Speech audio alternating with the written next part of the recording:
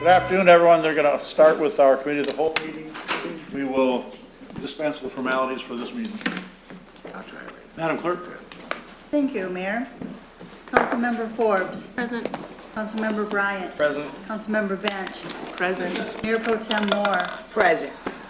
Councilmember Scherzer. Councilmember Millen is absent. Councilmember Balls. Present. Councilmember Allstash is absent. Mayor Clock. Here. We have 7 members present, 2 absent. And that takes us to reports of manager. All right. Thank you, Mayor.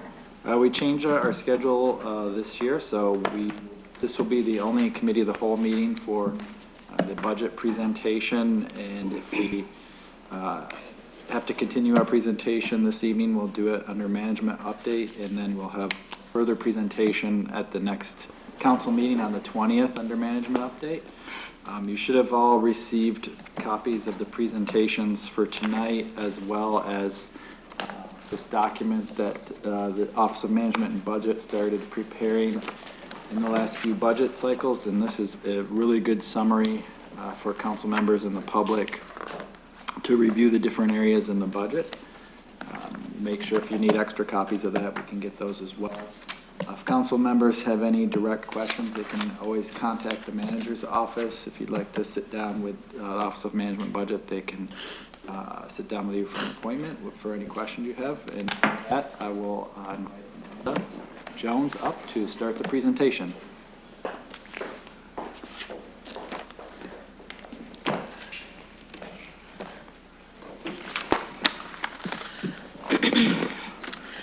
Good evening, Mayor Pro Tem, Council Members, City Manager Morales. Tonight, we're going to be going over your 2019-2020 proposed budget. As in previous years and continuing going forward, the proposed budget is available in the city clerk's office. We also will have these infographics there as well. It's also listed on the city's website.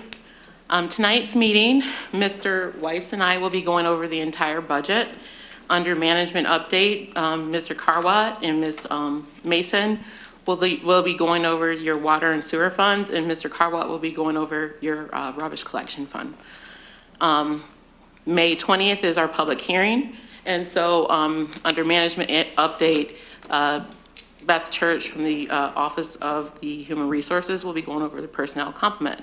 And we're expecting to have it adopted on the 20th. If you have questions, like the city manager said, you can contact the city manager's office, or you can, or go through the city manager's office and you can be directed to us.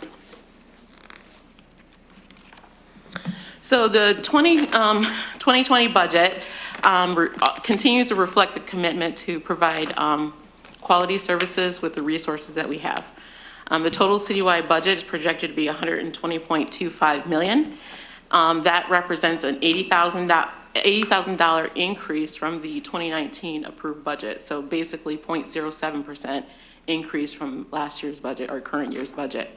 The general fund is projected to be $35.13 million. And this represents a $746,000 increase, or 2.18%. Non-general fund budget accounts for approximately 70.88% of the total budget. So what are these increases? What we're seeing is increases in our Act 51 revenues for both major and local streets. And this is due to the increasing in the gas and weight monies. We have a reclassification of personnel, and we add several different positions to the budget. There's a 10 to 12% overall increase to active healthcare, and there's an 8% increase to retiree healthcare. Police pension valuation costs increased about $462,000. And then we see some increases to the interdepartmental charges, such as information management and motor pool charges. We also are realizing the first-time payments for our 2019 installment contracts. One thing to point out is that this budget includes the normal steps and longevity increases, but it does not include the across-the-board increases because we're still in the midst of contract negotiations.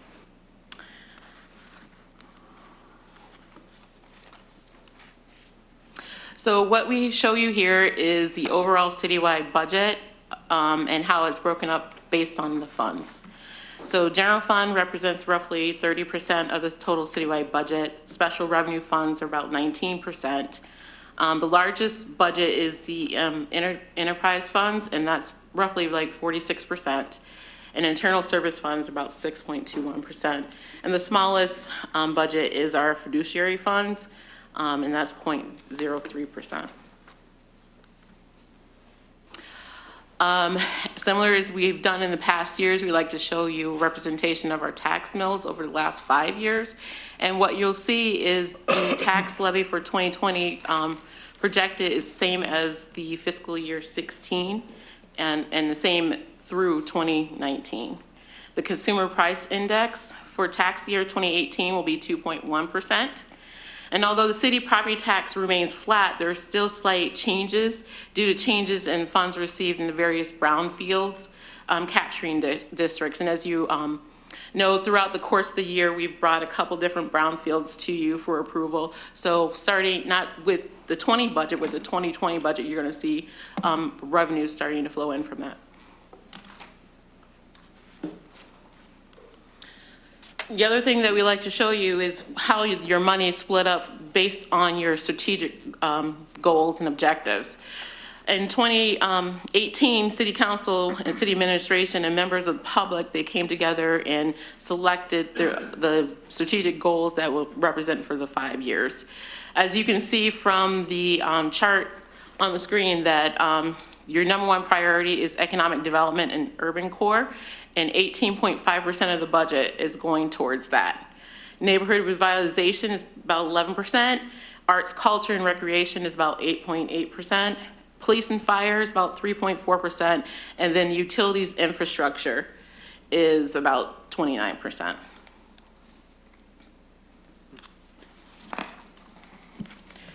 So let's discuss the general fund. Again, general fund representing roughly about 30% of the citywide budget. And this is a pictorial representation of how the general fund has reacted over the last 5 years and how it's compared to the citywide budget. And as you can see that it has fluctuated. The highest year is in 2017. And then again, because it was a nominal increase from 19 to 20, it's really close. 120.16 for 19 and 120.24 for 20. So starting on page 61 through 75 of your budget document will be your general fund revenues. And for, again, as stated already, general fund revenues are $35.01 million. And again, this represents $746,000 increase from the previous years. The major revenue sources for this fund is property taxes, state share revenues, and income tax. Property taxes will be $3.5 million for 2020, and this is roughly a 12.02% decrease from the previous years. What we had in the previous years was a capture on our brownfields that was in the budget. It was a one-time revenue source that will not be realized in 2020. State share revenues representing roughly 19% of the general fund budget will be at $8.6 million. This is an increase of $360,000, and what you're seeing is increases in constitutional revenue as well as your the EVIP or CTVR revenues.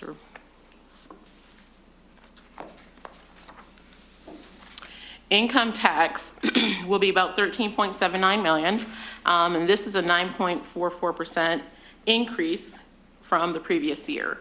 And what we're seeing is that this has become a major revenue source for the general fund, and that looking at the past history, that it's steadily increasing, and that's increasing not only in the regular income tax that we're collecting, but also in delinquent revenue.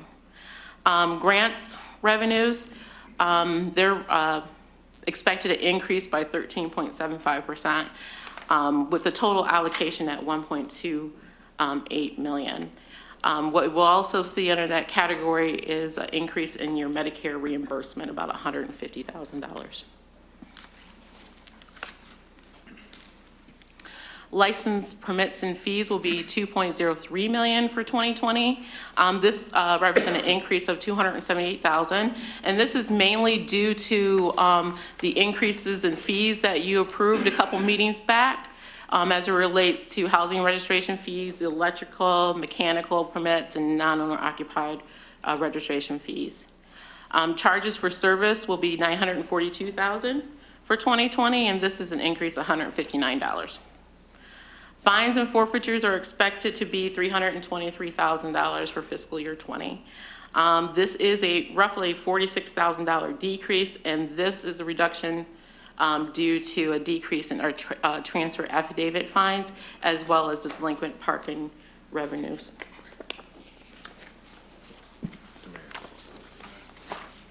Yes, we have a question here. I want to go back to the general fund income for the income tax. We had an increase of 9.44%. But that didn't come because we had more people to come in the city paying taxes, or we got people with higher incomes living in the city? I would say that the large part is that you have, you have SVRC Marketplace that has come to the city. So you're having a combination of additional business as well as collecting on delinquent income taxes. So that's where you're seeing the increase. We're not having more people with bigger incomes, that's not it. I can't speak to that, but I can look it up. All right, thank you.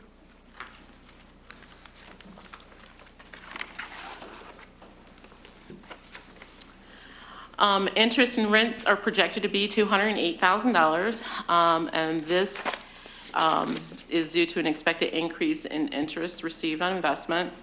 Over the past year, the financial management team, which consists of myself, Mr. Weiss, Ms. Brown, and others, Plant Moran, we've created this investment team, so we're looking at our portfolio, and so we're expecting additional revenues off of what we have in the bank. Reimbursements will be $3.2 million for 2020. Last year, what we saw was an increase to this revenue, which we will not see this year in 2020. And this is due to, the increase was due to GASB 68. So we end up getting more revenue for our cost allocation plan, or indirect cost charges. The tide kind of swung, and so it decreased about 1.06 million. And so that dropped that revenue source. It's slightly offset by projected revenues for the 2 police officers from the Covenant Healthcare District. So that is in the reimbursement. Other revenues will be about $358,000 for 2020. There's only one transfer into the general fund, and that's for the community police officers from our CDBG, our Community Development Block Grant Fund. We continue to balance this budget using no fund balance, so there's none appropriated. So let's move on to your general fund expenditures.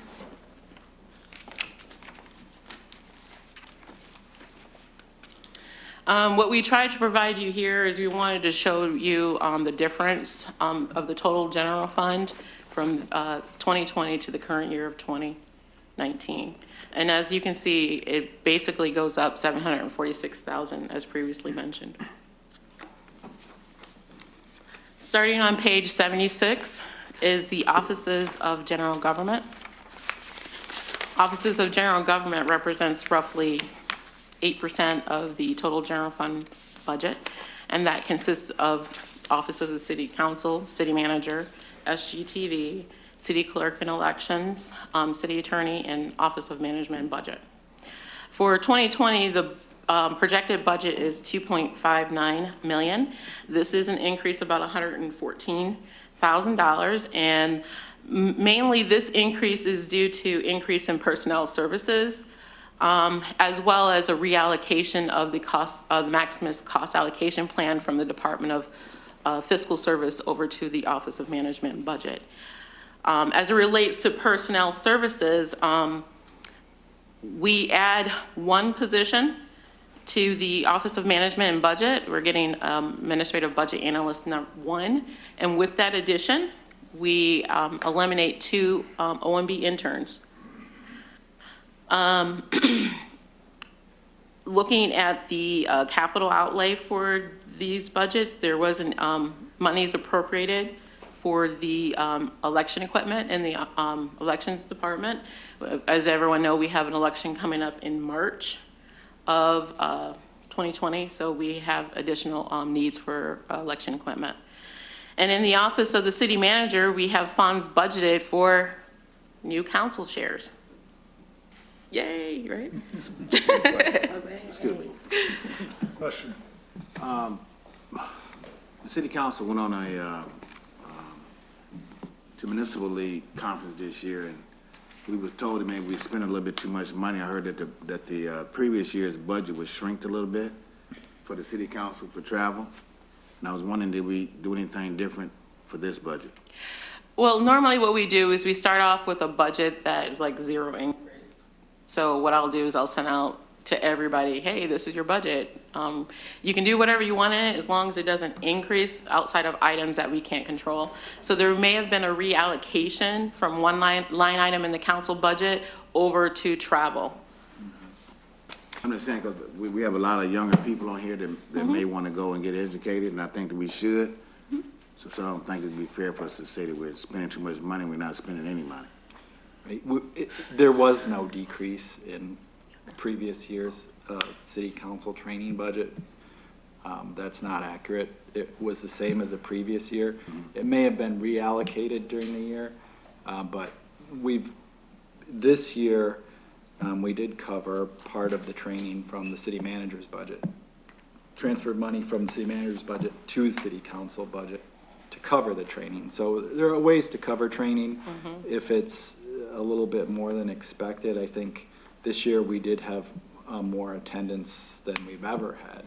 So if that's something that we want to look at, I would recommend looking at the experience this year, see if that continues, and then possibly changing that. But this is a typical way that we budget in all of our funds, is to keep it the same as the previous year, and where we can identify savings, if those expenses are higher, we'll transfer it over. So we always have ways to cover that. All right, thank you. Starting on page 86 of your budget is the Department of Fiscal Services, and they represent about 9% of your total general fund expenditures at $2.97 million. This is an increase of $43,000, and this increase is due to an increase in information management charges as they are purchasing additional software for the income tax division.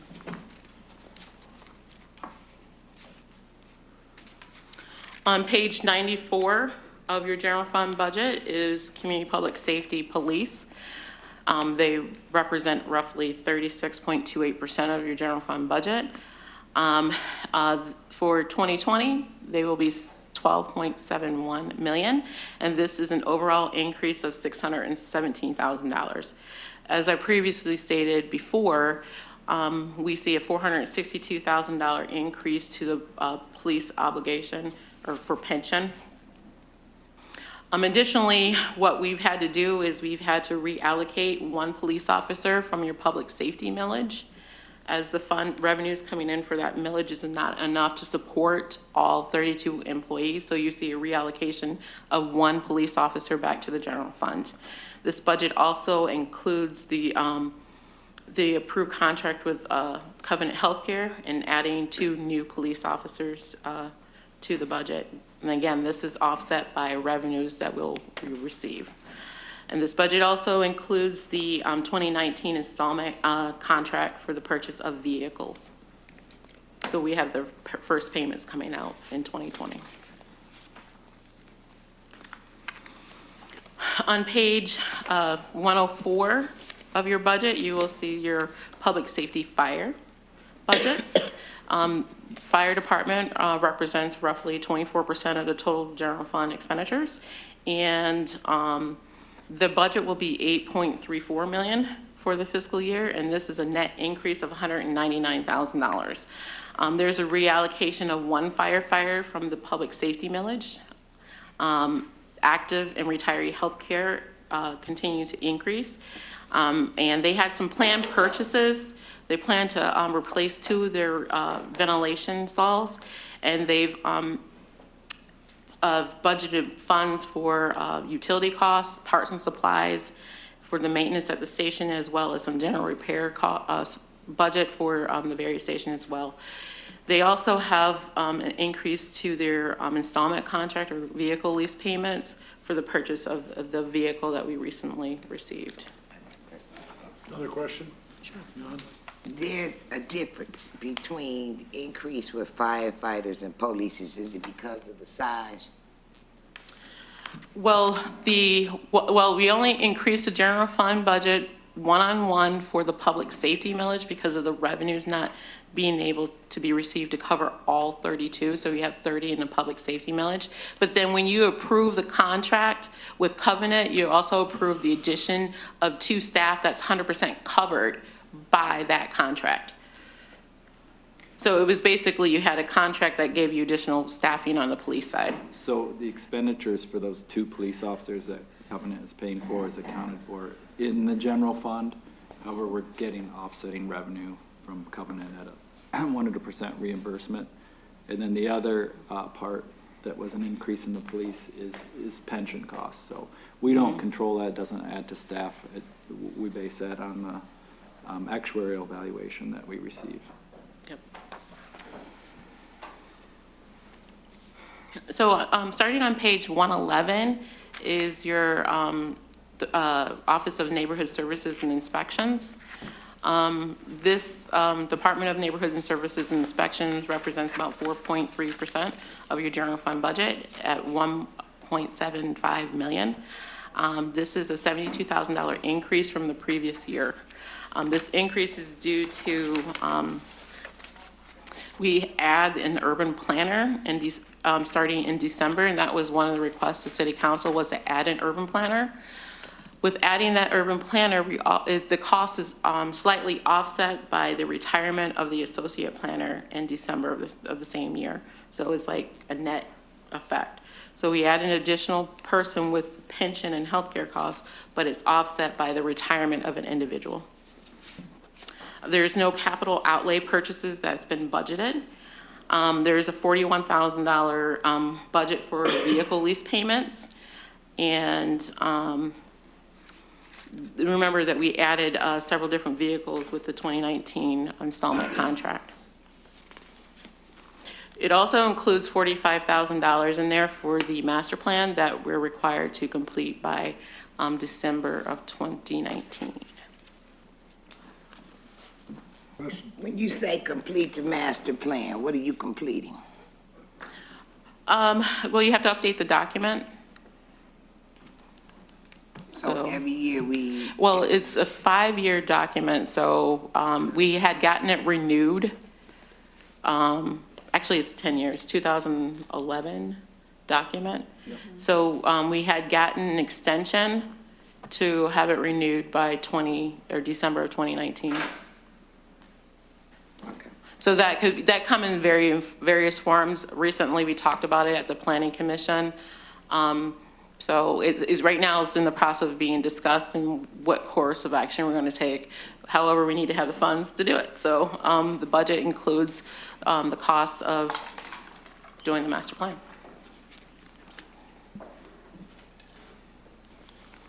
On page 117 of the budget is your general fund public services department. And the general fund public service division accounts for about 11.23% of the expenditures and equates to $3.93 million. This is a net increase of $29,000. Personnel costs for this division increases roughly $50,000, and this is due to increase in healthcare costs and your normal step and longevity pay increases.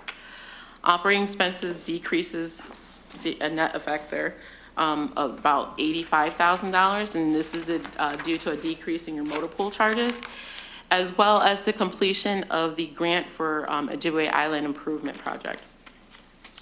There are capital expenses in this this area of the budget of roughly $73,000, But there's an offsetting revenue because this is for the purchase of an aerial truck that we had planned for in this current year, but yet to receive.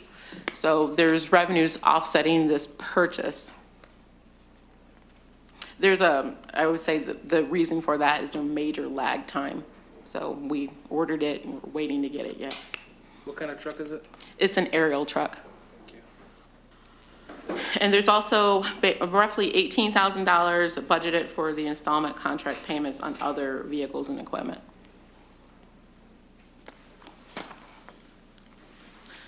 The last area of the general fund is your other general fund expenditures, and that's on page 129.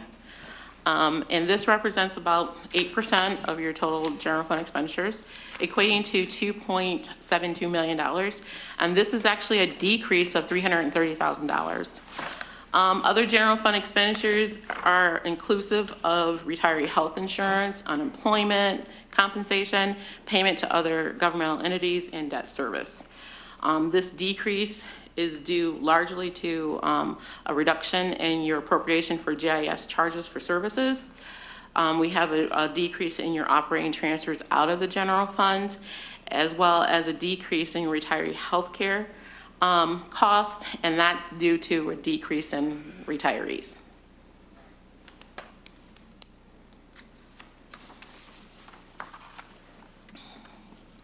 Good question, Mayor. Oh, sorry, question, yes. Forgive me for not knowing this already, but why is the GIS amount so much lower? We'll cover this later on, but I can tell you now that we had a reduction in staffing. Oh, okay. So that since it's an internal service fund, it affects all the funds that benefit from the GIS services. Thank you. So the next area is your special revenue funds, and as you may or may not know, this accounts for proceeds from specific revenue sources that are legally restricted to for expenditures for the specific purpose. Special revenue funds represent 19% of the total citywide budget, equating to $22.83 million. This fund type increases by $1.41 million, or roughly 7% from the 2019 budget. Starting with major and local streets, which is on page 130 of your budget. Major street fund realizes an increase of $992,000 overall. And this is, again, is due to the Act 51 revenues, increase in Act 51 revenues, as well as an apportionment of your fund balance. Most of the increase in expenditure is due to having more construction on street resurfacing projects planned with the major streets. One of the major streets being Mackinac Street reconstruction and the water main replacement.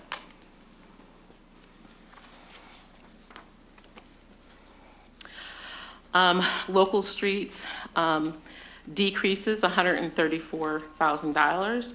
While Act 51 revenues increase, there is no use of fund balance, so there is a reduction in the fund by not using fund balance like we did in the previous year. Operating services decreased about $139,000 due to a decrease in some street resurfacing project planned. And one of the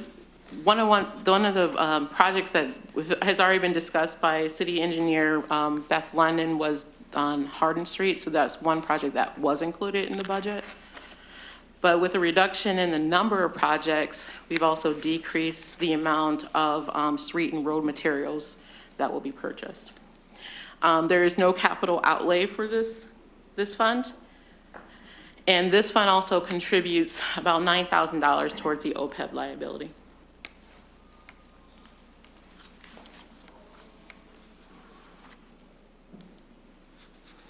The rubbish collection fund, which can be found on page 155 of the budget.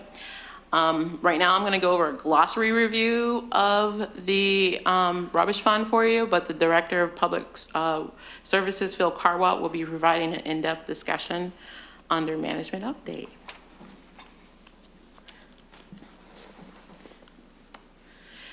So the rubbish collection fund's budget is $4.2 million for 2020. And this is a decrease of $8,970 from the current year. On the revenue side, this reduction is largely due to a decrease to refund of captured funds. Remember, as I discussed under general fund, we receive brownfield monies, and that was a one-time thing. It's a similar thing with the rubbish fund. There was a one-time revenue source there. Special assessments for household rubbish fees decreased. Saginaw County rubbish fees also decreased. And because we're seeing these reductions in revenue, this will be offset by a $10 increase to the household rubbish fee for 2020. So this takes the household rubbish fee from $200 to $210. Can you say that one more time? This takes the household rubbish fee from $200 to $210. Thank you. And like I said, Mr. Kawat will go into more of a discussion, because even when you're increasing it by $10, you're seeing a decrease in the fund itself. Yes. Decrease in what again? The household rubbish fee from $2,000 to $210.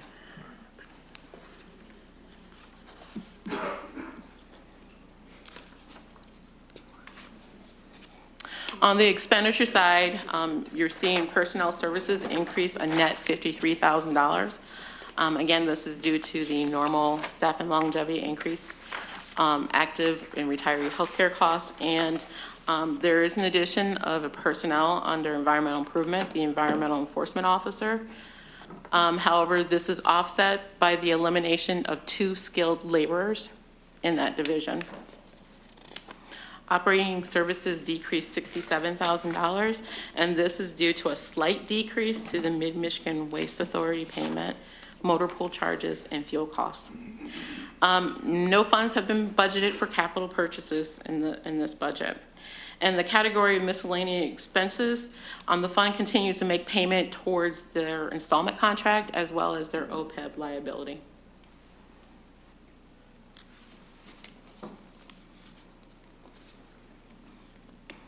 On page 168 of your budget is your public safety grant funds. Or excuse me, this is public safety millage, I'm sorry.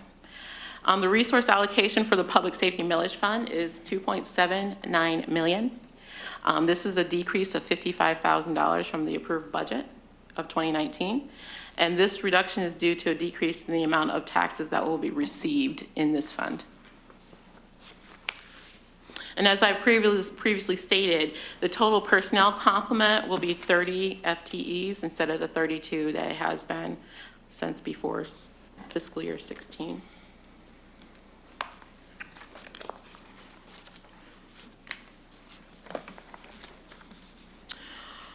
On page 174 of your budget is starts your public safety grant funds. The police training fund remains the same as 2019 at $14,000. The drug forfeiture fund will remain the same as in fiscal year 19 at $66,956. The Saginaw TAPs will increase roughly $24,000. For the 2020 budget, the city will continue to receive funds from the Saginaw County Health Department to cover the cost of 2 full-time police officers. However, this fund does require an operating transfer from a general fund. The city will receive the police ELERV grant for another quarter of the year. It expires on September 30th of 2019, and so it's budgeted at $25,000. Question? I had heard something about the rules changing about drug forfeiture. Do you know anything about that? They have not been put into basically law yet, Okay, so there's no effects with us at this time. so still at the state level. Correct. However, drug forfeiture money is way down from the way it used to be years ago. So at this point in time, we don't see any effect with it at all. These basically are funds that we have presently in an account. So until it comes down from the state level, one way or the other, then if there's a hole, we'll figure out what to do then? That is correct. Okay. The county's gonna have trouble. City. So at this time, I'm asking Mr. Weiss to come up and take us on.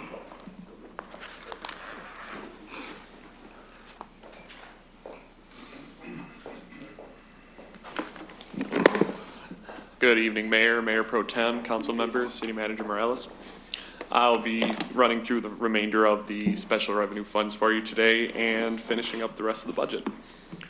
And that will be beginning with the Anderson Enrichment Center, which is projected to be $88,000 for fiscal year 2020. The city filed a deficit elimination plan with the state in 2017, and with the 2020 budget expects to complete this plan ahead of schedule. Next is the Saginaw Arts and Enrichment Commission, which is budgeted $191,000 this year. This is a decrease of $8,600, and that's due to a decrease in operating service costs. The Brownfield Authority Fund will increase by about $9,600, and that's due to an increase in real property tax values within these districts. And the DDA 2011 revenues will be $180,000. This is an increase of about $8,000 and is attributed to the use of fund equity to pay for various improvement projects in the district.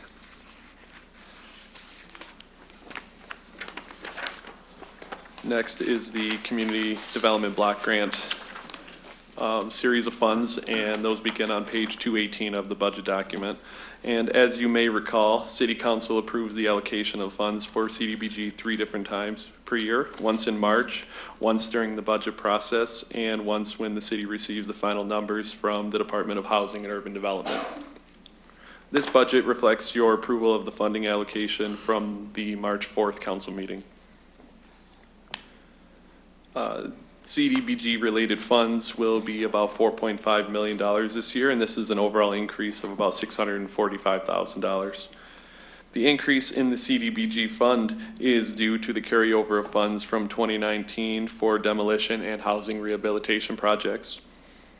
The residential loan fund decreases by $588.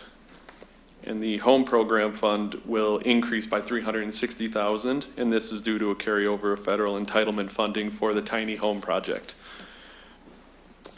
Finally, the Saginaw Economic Development Corporation revolving loan fund will increase by $75,000, and this is due to additional planned loan disbursements.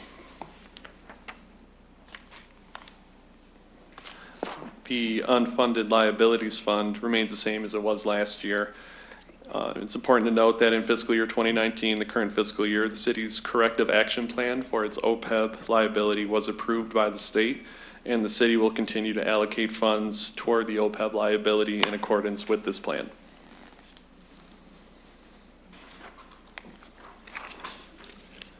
The Capital Project Fund accounts for the financial resources that are used for long-term investment projects that require large sums of money to acquire, develop, improve, or maintain capital assets. And revenue for this fund is received through transfers from the General Fund, the Streets Fund, and the Rubbish Collection Fund. And this total is $474,000 for fiscal year 2020.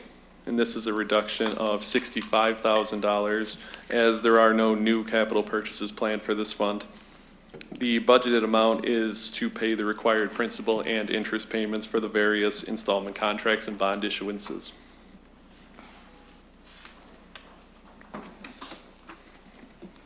Next are the enterprise funds, and these funds account for services provided to the general public on a user charge basis.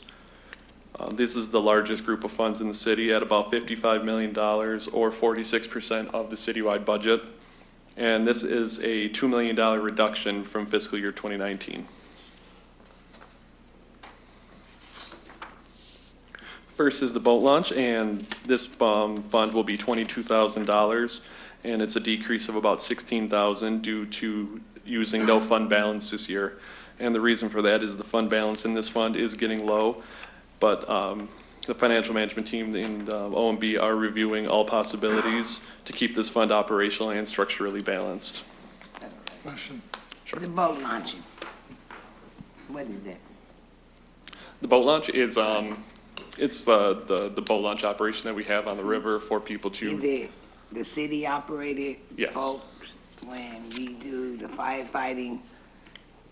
No, this is just. No, it's just, it's over here on this side of the river, there's a boat ramp where you put your boat in the water and you park there, and there's a fee for that. Oh, you pay money to park in the river. The Rush Street boat launch. West over the Rush Street Bridge, take us south over there by Lee Street, so. It's mostly just staffing. We staff part-time and some maintenance to maintain that boat launch for recreational and fishermen, and so. She's not a fisherwoman. We'll have to change Don't that. get on the water, there's too much to swallow. Well, we're probably, for informational purposes, that site, if we continue to operate it, is going to need some, probably pretty dramatic improvements in the next few years, so we'll have to think about that as we prepare. It needs improvements on the lot, probably a small building there, so we can look at technology enhancements and different things like that. A lot of the time it's on an honor system, so there's a pay tube there, so are there ways where we can monitor that better to make sure we're getting all the revenue that we should be getting? So those are things that Public Services will probably be looking at in the next year or so. Get a new assistant director online, working on some of that stuff. Thank you, Mr. Another Carway. question? Does it normally run on a deficit like that? Is it actually generating less funds, or is this kind of normal? Yeah, I mean, it's all based on the usage and then seasonally, and there's several other launches along the river, and a lot of people tend to like to launch closer to the mouth of the bay out in Bay City, so this is really the normal. only revenue is user-based, so we do daily permits and seasonal. I think daily $7 and seasonal is $30 or $35. I just wondered if it had changed over the years or anything like that. No, Just about a lot of it is like really most of the walleye fisher, like, so if the river thaws earlier before the close in March, you get, we make thousands of dollars. This year that didn't happen. So, it stayed frozen through March, and then the opener in the end of April, which just happened, was a good couple of days, but then all the rain kind of floods the river out. So if they don't have the seasonal passes, you lose a lot of revenue on the daily passes. So a lot of it is affected by Mother Nature too. And really, they're not operating at a deficit. Increase in their spending. Previous years, they had used fund balance, so they were using more than they brought in that specific year, but in order to maintain that fund balance, they're not allocating those funds this year. Thank you.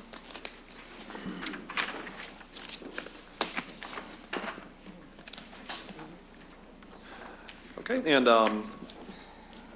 I will be providing a brief high-level overview of the sewer and water funds, and later on, the Director of Water and Wastewater Treatment and the Director of Public Services will provide a more detailed presentation following ours. But beginning with the Sewer Operations and Maintenance Fund, starting on page 252, this fund will increase $1.74 million from the 2019 budget. This increase is largely due to an increase in planned construction projects for sewer improvements. And this fund also includes a portion of the cost for a Deputy Director of Water and Wastewater Services, a Superintendent of Maintenance and Service, and an Instrumentation and Control Technician 1. Next is the Water Operations and Maintenance Fund. And this fund will decrease by $3.77 million from 2019. And this reduction is largely due to a decrease in the funds appropriated for bond proceeds relating to the Davis Road project. The largest project that is affecting this fund for fiscal year 2020 is the lead and copper service line project, and that is an unfunded mandate from the state of Michigan. In moving forward with this project, additional staffing is required, and the following positions have been added. A Deputy Director of Water and Wastewater Services, which is split 50-50 with the sewer fund. The same with the Superintendent of Maintenance and Service. And also there is a Superintendent of Water Treatment, which replaces the Superintendent of Water Treatment and Field Operations. Also a Utilities Foreman, 2 Utilities Person 1s, a Laborer 2, an Operating Foreman, and a Laboratory Technician. And other staffing changes include a Plant Maintenance Mechanic A, which is offset by the elimination of a Plant Maintenance Electrician.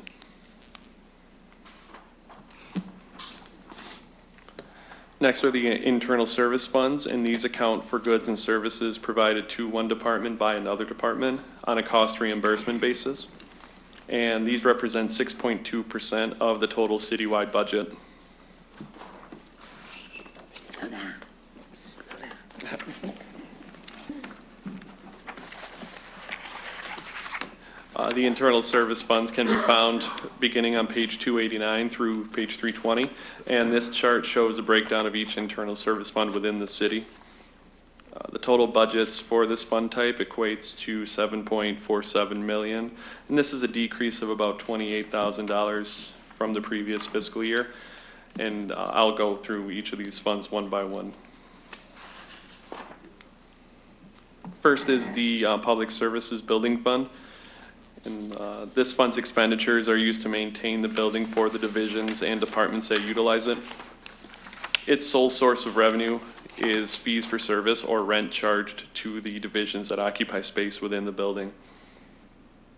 The budget for this year is $502,000, and this is a decrease of about $51,000 due to having no capital projects included for the year. And this is partially offset, however, by the addition of contracted custodial services to the building.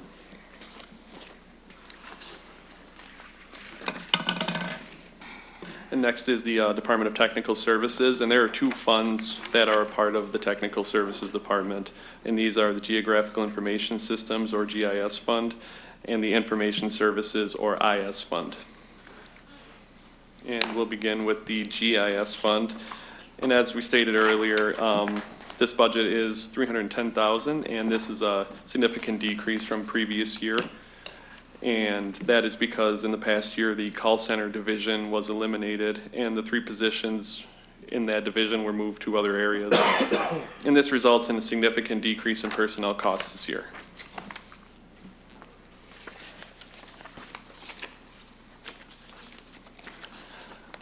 Next is the IS Fund, the Information Services Fund, and this generates revenue mostly through charges for service. All city departments and divisions pay for the maintenance and support for all their computers, phones, etc. And revenues for these charges will be $1.53 million for fiscal year 2020, and this represents an increase of about $125,000. This increase is attributed to increased salary and benefit costs, contracting for professional services to update the city's website, and the purchase of computer software.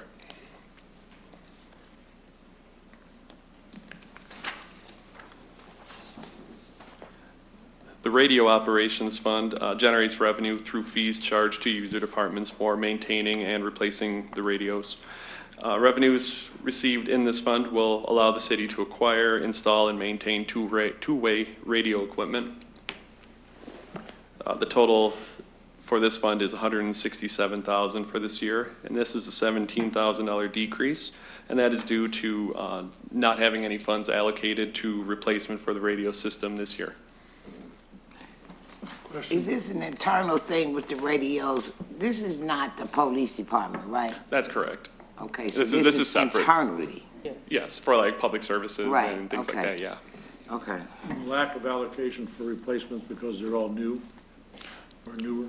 We have our, We've gotten to a point where the department felt as though they have enough funds at this point not to continue to build that fund balance. So they're at a point where they can replace the vehicle or the radios if they have to. And so they're saying, okay, let's give it a little bit of a break and not request replacement costs. Exactly. The radio system, the public service and water, wastewater, it's our own internal radio, both mobile and vehicular radios for communication for services. And I think we replaced that several years ago. And then the way that fund's set up is half of it is to provide the daily operation or the annual operation and maintenance of it. And then the other half of the rental rate is to provide the future replacement of that. But over the last several years of charging that rate, we now have what we feel to be, based on a quote we've recently received, enough fund equity, fund balance sitting in a fund to replace that system. It's like a 7 to 10 year life estimated, but we think it's going to last past that, so we didn't feel it was necessary to continue to charge the replacement rate on the Very radios. good, thank you. So when you see $500 interest, that's on the radios that we have? Say again? It's in the fund. It's in the fund. That's the interest on your fund. Oh, I can't, That's- I'm not an interest guy. That would have to be something Brian would have to answer.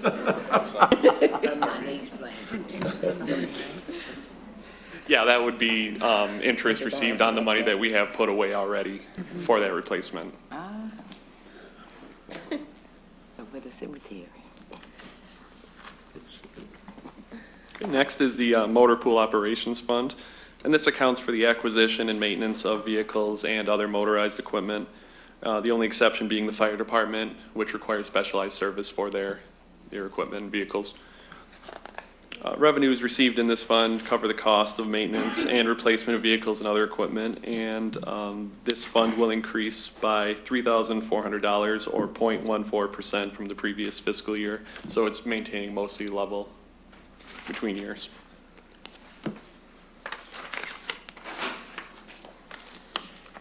The self-insurance fund accounts for the payment of insurance premiums, the distribution of insurance costs to other city funds, and records the insurance claims liability. And this fund will be $1.26 million. This is an increase of $87,000 due to an increased amount of expected claims, along with the partial reallocation of the city clerk to this fund.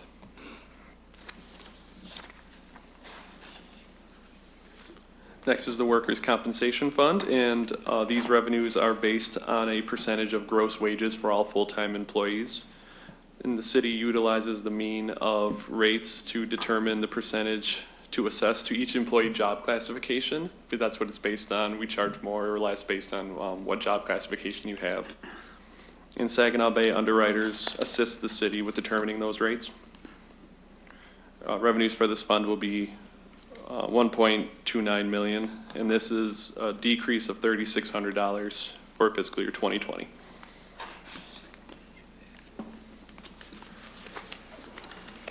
And finally are the fiduciary funds, and these account for the administration of property or assets that are owned by other entities.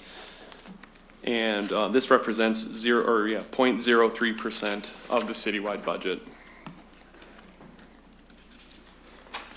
And this entire amount is $34,910, and it's all in the cemetery endowment funds. And these cemetery endowment funds account for legally restricted resources. Revenues collected in these funds may only be used for cemetery care purposes in support of the city's program. And 25% of all cemetery revenues, oh, go ahead. Did we figure out how we gonna clean them up? I know we can't touch the money, but we were gonna look into it. Did we look into it? For cleaning up cemeteries? Yeah, because holidays getting ready to come up. Oh, yeah, Phil Carwat and the staff, they have the plans ready for holidays. I think they've been doing a good job. You will, I think they've already been approved the new rates in the cemetery, so that should help with future operations as well. Staff in the cemeteries looked at, we know it costs more than what we're charging because that one does have a subsidy. So we did compare those with other local unit-owned cemeteries in the area, and we were charging quite a bit less. So those increases should help with, I think, even possibly staffing there, temporary staff. That's a big issue with cleaning up the cemeteries is, you know, we talk a lot about decreases in public safety. That's the primary discussion that people have when they talk about our decreasing general fund. But the cemeteries, I believe, right now has about 4 or 5 full-time personnel. Is that right? Three and foremen and 2 workers, and then a clerical that handles all of area orders. We used to have 15 full-time, we have down to 3. So it's been a pretty significant decrease in cemetery staff from what there were a number of years ago. So hopefully these changes will help with that staffing level and possibly getting some additional equipment there too that will be better. We have made some equipment upgrades there, replacing some of the very old equipment you've seen on council agenda. So little bit by little bit, I think that's improving. Again, we always have the issues because there are a few $1 million in cemetery endowment funds that we cannot touch because of the state law. So We have worked and we are identifying potential uses for interest from that. If you recall, we changed those investment accounts 2 years ago, so we are earning quite a bit more interest. So we can put together some long-term plans there. And we're still working on the project that we presented. We have a few interested parties in some of the cemetery projects that we talked about, doing some of those upgrades and potentially restoring some of the buildings at cemeteries as well. So all that is still being worked on. It's a long process, but I think we're getting there. I had a question. Yes. We only have a few people full-time that work in the cemetery department. Have you explored looking at putting some part-time people in there for summer help, just for cutting grass and for the holiday? Yeah, we do that, and, but the issue is funding there, so we'll let Phil. Yeah, that's, so what we, and I think I've gave that presentation before as we've been asked about the cemetery. So long story short, there used to be 14 to 16 full-time employees. We used to hire anywhere from 15 to 20 temporaries to help through the summer. We're down to 3 full-time employees, which includes the foreman and then basically 2 workers. Their main job is we do 400 to 450 burials a year. So their main priority is working with the funeral homes and basically opening and closing the graves and that. And then what we've been doing to try to continue to provide services without the staffing is we have about $100,000 a year employment agency budget, which lets me utilize temporary agencies to hire, youth or whatever through the summer, mainly the grass growing season, because that's the main thing to do is you probably got 24 to 26 cuts you have to do in a growing season. And we also use TriCap. Gary Davis over there, Tri-County Community Adjunction. But the problem we're having now with the economy and the amount of jobs out there, especially this year, is we can't get anybody anymore through employment. I mean, I used to be able to get 4 to 6 people throughout the year. I'm having a problem getting 2 right now. So it's just, there's so many other job opportunities out there that we're struggling through the employment agencies to get them, and also through Tri-County Junction program. So what we do now, if we can't get the people, through employment agency or through TriCap, is I have to utilize all my other resources, which to start with are my groundskeeper and my weed abatement cutters, so then if I have to, I'll go to other divisions and just see if there's some people that I can get so that I can have at least the cemeteries looking the best they can during Mother's Day and Memorial Weekend and 4th of July and Father's Day. So them are my main priorities. But we just do the best we can with, with what we have. And I mean, that's unfortunately what we have to work with. Any luck with Michigan Works? I haven't had no luck with them. We used to get some through the county. The county used to have a program, but even them programs have changed, so. But we're open to any suggestions to just we have some money there for temporary employment. You know I got one that's near and dear to my heart. Listen, have you thought about, we are now starting to work with the county. So have you thought about going to Fiscal and say, can we get some of them inmates that's just laying up over there? Can we get some of them to come and help us? I haven't done that yet, and one of the issues we're struggling with, especially with only having 3 full-time employees, is you think you can just take a body and put them out there to do things, but there's headstones, there's a lot of times when I've done that, you still have to have some supervision over some of this, because we have had equipment damaged. Some of the people put the wrong gas in the edge trimmers, and they burn up the engines, and they beat so that's one thing where the city manager talked about. Hopefully, with we're anticipating about $125,000 to $130,000 of additional revenue with the increase in fees. If I could get a couple more, at least laborer positions that could help to reset some headstones and even supervise some more of this voluntary help, that would be great. But no, I haven't thought about reaching out and talking to Mr. Fettersfield. The turnkeys, they have people that go out with them, because I've been seeing them on the expressway, on 675. They've been down there cleaning up, and it's like they got a bus or a little van, and they don't have a bunch of them. But there is 2 guards that's actually out there with them. Yeah, I mean, we can reach out to them. I know we used them in the past, but then I think that don't quote me, but I think it changed, and they used to do it for free, but now there's actually fees for the services and stuff. So, but I can call. I know Bill Fettersfield, so I could call Bill Fettersfield. But I still don't think that these temporary solutions fix the overall. I mean, we got almost 400 acres of cemeteries with 50 to 60,000 headstones. I mean, it's a vast undertaking with 3 employees and a lot of temporary, because then you, as the city manager alluded to, the equipment. You're talking about $15,000, $20,000 lawnmowers, and if you don't have somebody on them who operates them properly, when they're breaking the axles, they're busting the spindles. I mean, you have to care about what you're doing too. And cemeteries is, I think, an issue for every city that owns them or church that owns them, because you're collecting fees for internments and headstone placement, but you're not collecting for perpetual care, really. So you're caring for these sites forever, but you're collecting for the labor and the cost that associated with that specific act. So it does create an issue, and I think you've seen a lot of them probably close. And you notice, and we talked about a lot of the townships don't have them in our county, so Right. it does create issues with private ones and public as well. Thank you. Okay. Well, that's actually pretty much the end. Come to the cemetery when they die, that's it, huh? Yeah, end it right there. Are there other questions overall? Anybody? Any questions? Okay. Good job, but I'll be calling you.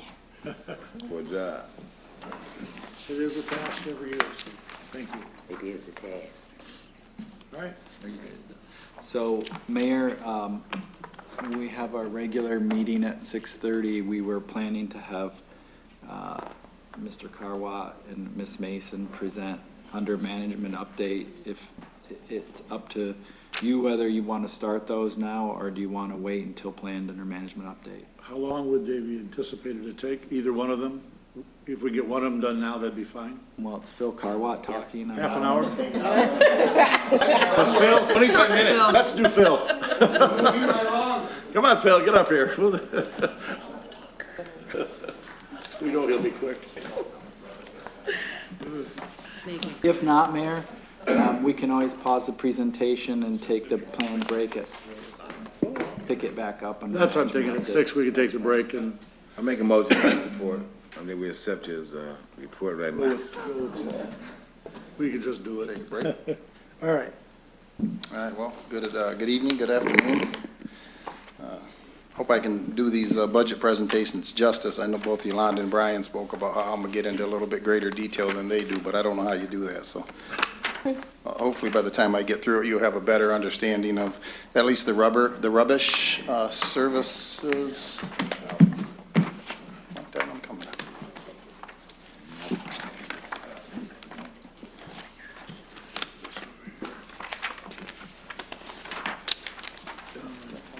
Should be this one.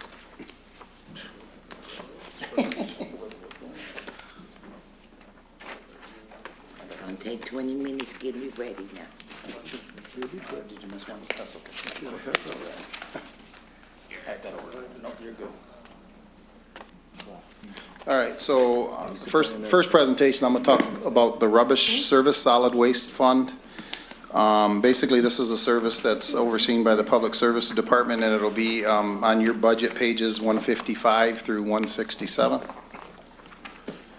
And the proposed budget for fiscal year 20 is $4,242,500. This slide here is, it's been a couple, 3 years since I've presented on the rubbish fund, but as some changes have made, increases to the fees.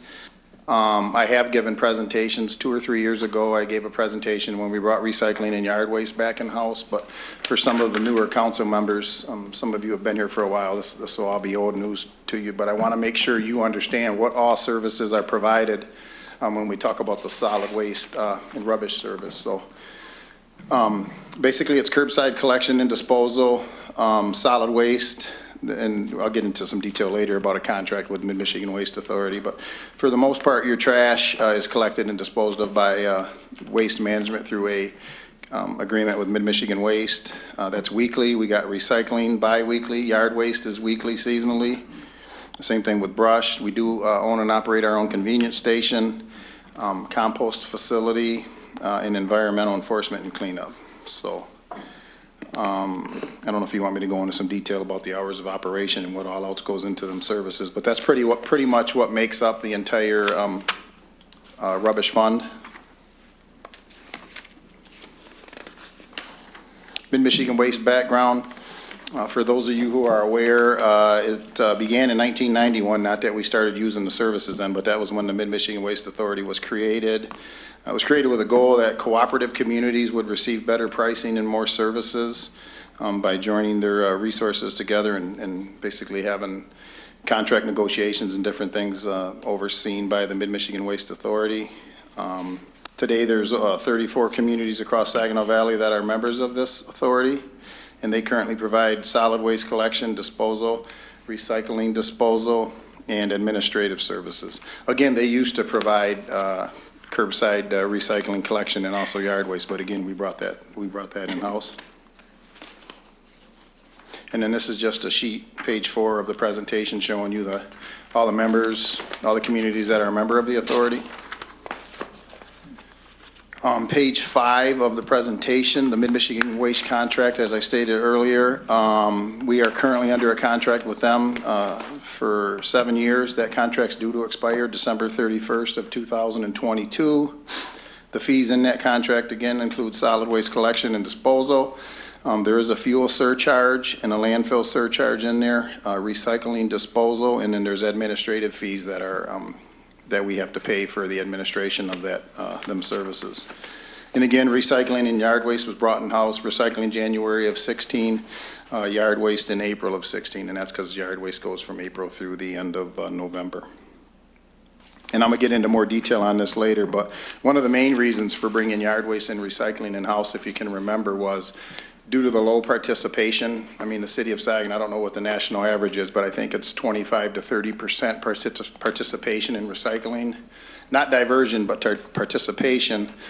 And I think we have less than 10 or 12% participation with a less than 5% diversion. And what I mean by diversion is if you have 15,000 tons of trash going to, the landfill, 10% of that would be 1,500 ton of material going to recycling, but we have less than 500 ton.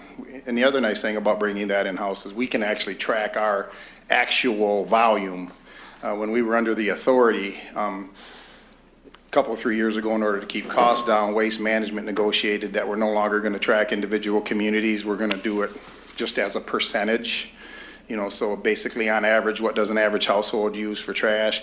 What does an average household use for recycling? So by being able to track that, we're actually only paying for what we actually dispose of, which is a lot less than what the authority average is. So that's a huge savings as well for bringing that in-house, not only on the saving on the collection costs, but also saving on the disposal. So, and I estimate them savings, actually calculate them savings for over $400,000 annually. So if we were still with the authority under that, based on the participation, if you take 400,000 divided by our current house count of just over 18,632 or 32 units, that'd be like another $21 already. That's part of your rubbish fee. So one of the reasons we looked at that was to try to keep them costs down, 3 or 4 years ago, and that's working great. Another thing I want to make you aware of, which I'm sure you all are, is we do track every year. I have to have a certified house count to the authority because their bill is based on billable units, which is up to 4 unit and less. If you're a 4 unit, duplex, triplex, quadplex, or less, you cannot opt out of our solid waste. That's the ordinance. 5 unit or more, we do not collect. You have to go to commercial or something else. So, but as you can see in this this graph, the house count dropped from 2008. And I guess I say house count, but I call it a billable unit because a house could be a 2 unit, a 3 unit. But basically, it went from 23,258 units down to this year 18,632. So that's over 4,600 units, 20%. And why I tell you all this is as you see this fee rising, as you're losing the billable units, granted that the per unit fee from the authority goes down accordingly, but their overall costs to the city are only about half of what the fee is. But the remaining fee that is still borne by the city is now borne by a lesser population or a lesser billable unit. So some of them increases are related to the loss in the billable units as well. But one thing I do want to share with you, because this is the first time since, and I think it's great, I've been managing the decline for the several years that I've been the Director of Public Services. But this was actually the first year that I had to send my certified house count over to the authority with an increase. So I think that's pretty huge on what, everybody in the city's doing, with all the departments and the city manager and you guys as council to actually added 53 units to the count. So Catherine from Mid-Michigan Waste Authority, she didn't believe me when she looked at our paperwork. So you're actually increasing, because think about it, from 23,000 down to 18,000. So that was actually, other than I had to pay a little bit more, it was fun to fill out that paperwork. Excuse me. Yes, question? Yeah. You in charge of the waste, like the trucks to pick up the waste and all that stuff? We have a few houses on the east side of Saginaw where people are dumping stuff. And certain areas where they always dump by tracks and stuff like that, off Holland and between Boxwood and that area over there. I was thinking the other day, I said, why don't we just put a damn dumpster there? I mean, what? It's getting to the point, I hate to see all that trash out there. Is it feasible for us? Can we put a dumpster out there somewhere? We got options. John Stemple does oversee the environmental or code enforcement side of things it is part of this fund, but we do have other means or methods to put up cameras, or if somebody could let us know, I know there's illegal dumping goes on throughout, but if somebody could via how you're saying now, or send an email or get with the city manager and let us know your areas of concern, we can put some cameras up, try to monitor it a little bit more, and then if there's some other issues, there could be some other. I'll definitely do that. Yeah, so you could send the mayors. Over there on Boxwood, I can tell you that right now, right behind the, used to be the, Eichhout or wherever it is, the, roofing company. But right behind that where the track's at, before you go down there by Wanagas Credit Union, right there. Okay. At work. All right. Anything we do, so for instance, even through the Mid-Michigan Waste contract, there are options in there, and they got set pricing to provide municipalities with dumpsters. Okay. But there would be a cost, and then I don't think it's a very large cost, but that would be something I'd have to be directed by the city manager. So, but we could look at 3 or 4 different ways to try to. Thank you. Yep, you're welcome. You let us know. Sure. All right. Sure. All right, page 7 of the presentation. This is basically just a chart that's showing you, so as I mentioned earlier, the Mid-Michigan Waste Authority and the contract with them that's we're part of through 2022. These are the set prices that have already been negotiated, and so this is just basically showing you, so to the left side of that chart where it says collection, it's a 2-part. There's collection costs, and that's a per unit. So currently right now we're paying $5.13 per unit per month. So if you take the 513 times by the 18,632 billable units throughout the year, because that's per month, so by 12, you'd get the $1,146,000 just for collection. And then the right side of that shows you the increases in cost per ton for trash. So them are just basically extrapolated out through the end of the contract to show you the need to increase the fee just for the Mid-Michigan Waste Authority increases alone. So by the end of 2022, you can see under cost per unit per year from the base, the increase is going to be up from the base of year of 2018, $7 and basically 60 cents or $7.56. And then the disposal side is going to be $2.38. So if you add those two together, you get almost a $10 increase over the next 2 to 3 years or 4 years through the end of the contract. That's just the waste authority costs. That's not the city of Saginaw's. That's, that's the other part of it. And you'll see later in some slides where I show you what the per unit per house cost is for each individual service that we provide. But I did want to show this to you. You can see it's like a 13% increase on just collection and an 11% increase on disposal if you look at that bottom row. And then again, this is just basically the same numbers on slide 8 from the presentation. For increasing costs, I just totaled the previous table to kind of put that all together into one to show you the increases from base just with Mid-Michigan Waste alone. And then these costs also do not take into account the administrative costs. So administrative costs from Mid-Michigan Waste on average are somewhere around $100,000 to $110,000 a year.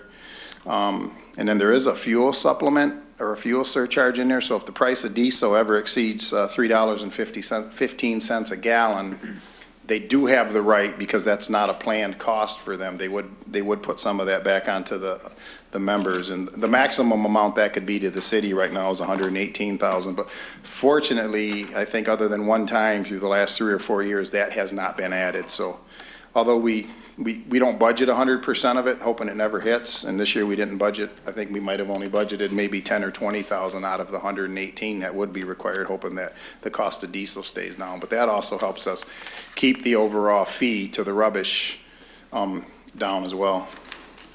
And then this is just another chart. Everybody that helped me put together likes these bar and pie charts. So this is just another graphical depiction of the cost and the increases throughout the life of the contract with Mid-Michigan Waste Authority. Now I'm gonna get into a little bit to rub it. Yes. I got a question. So, we're looking at an increase. We getting trash cans? Huh? Are we getting trash cans?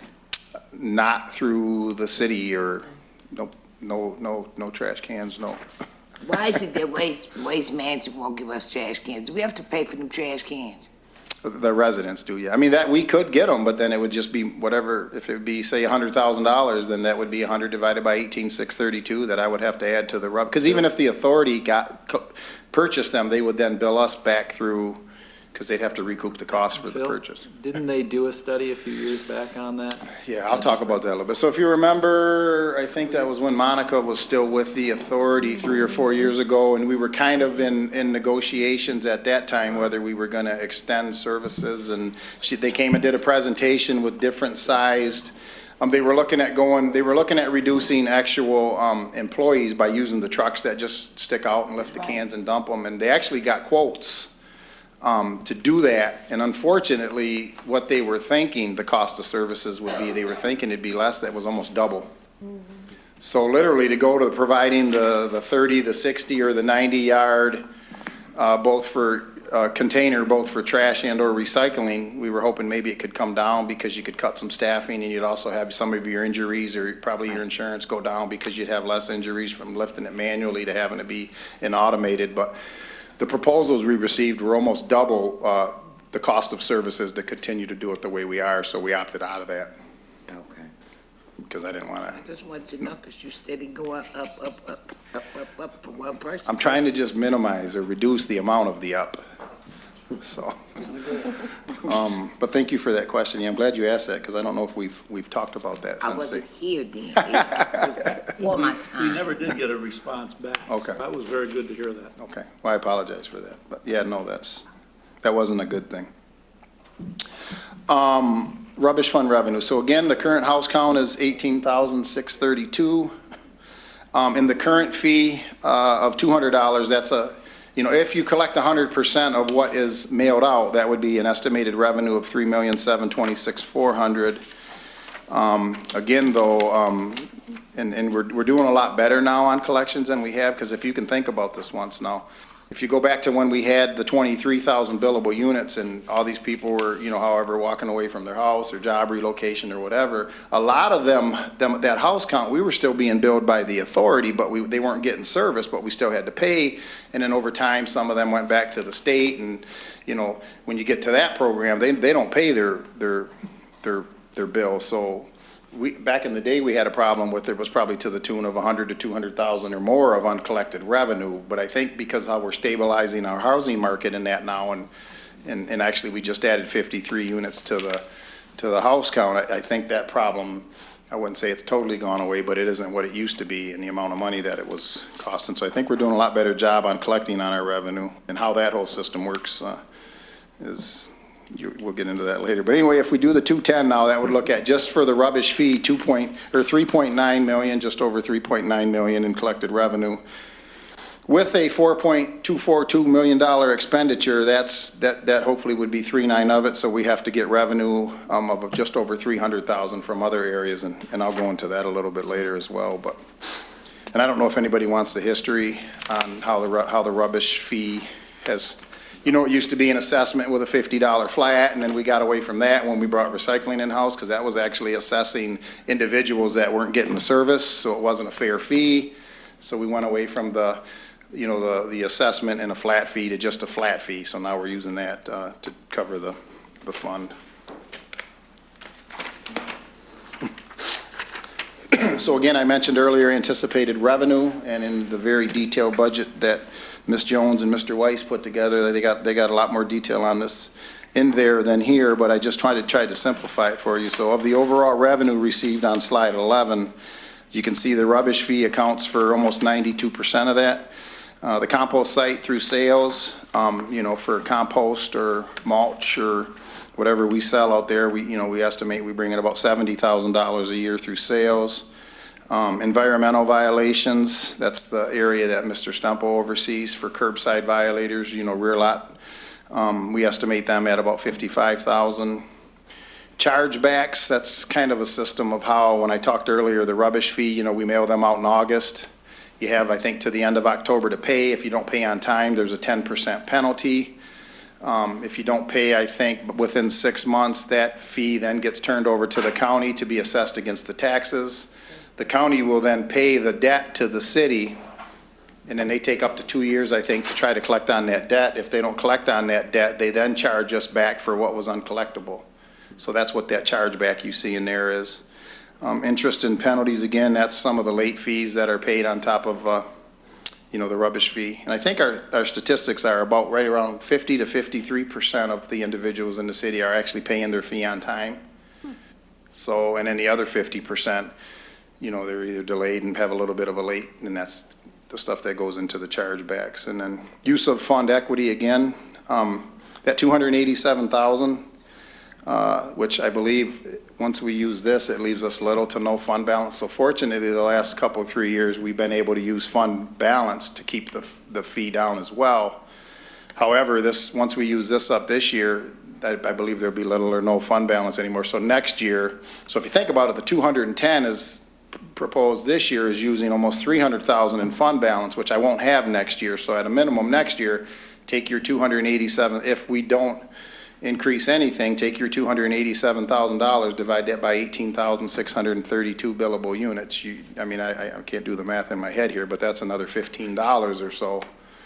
Because if you figure every $10 brings in right now about $180,000, so.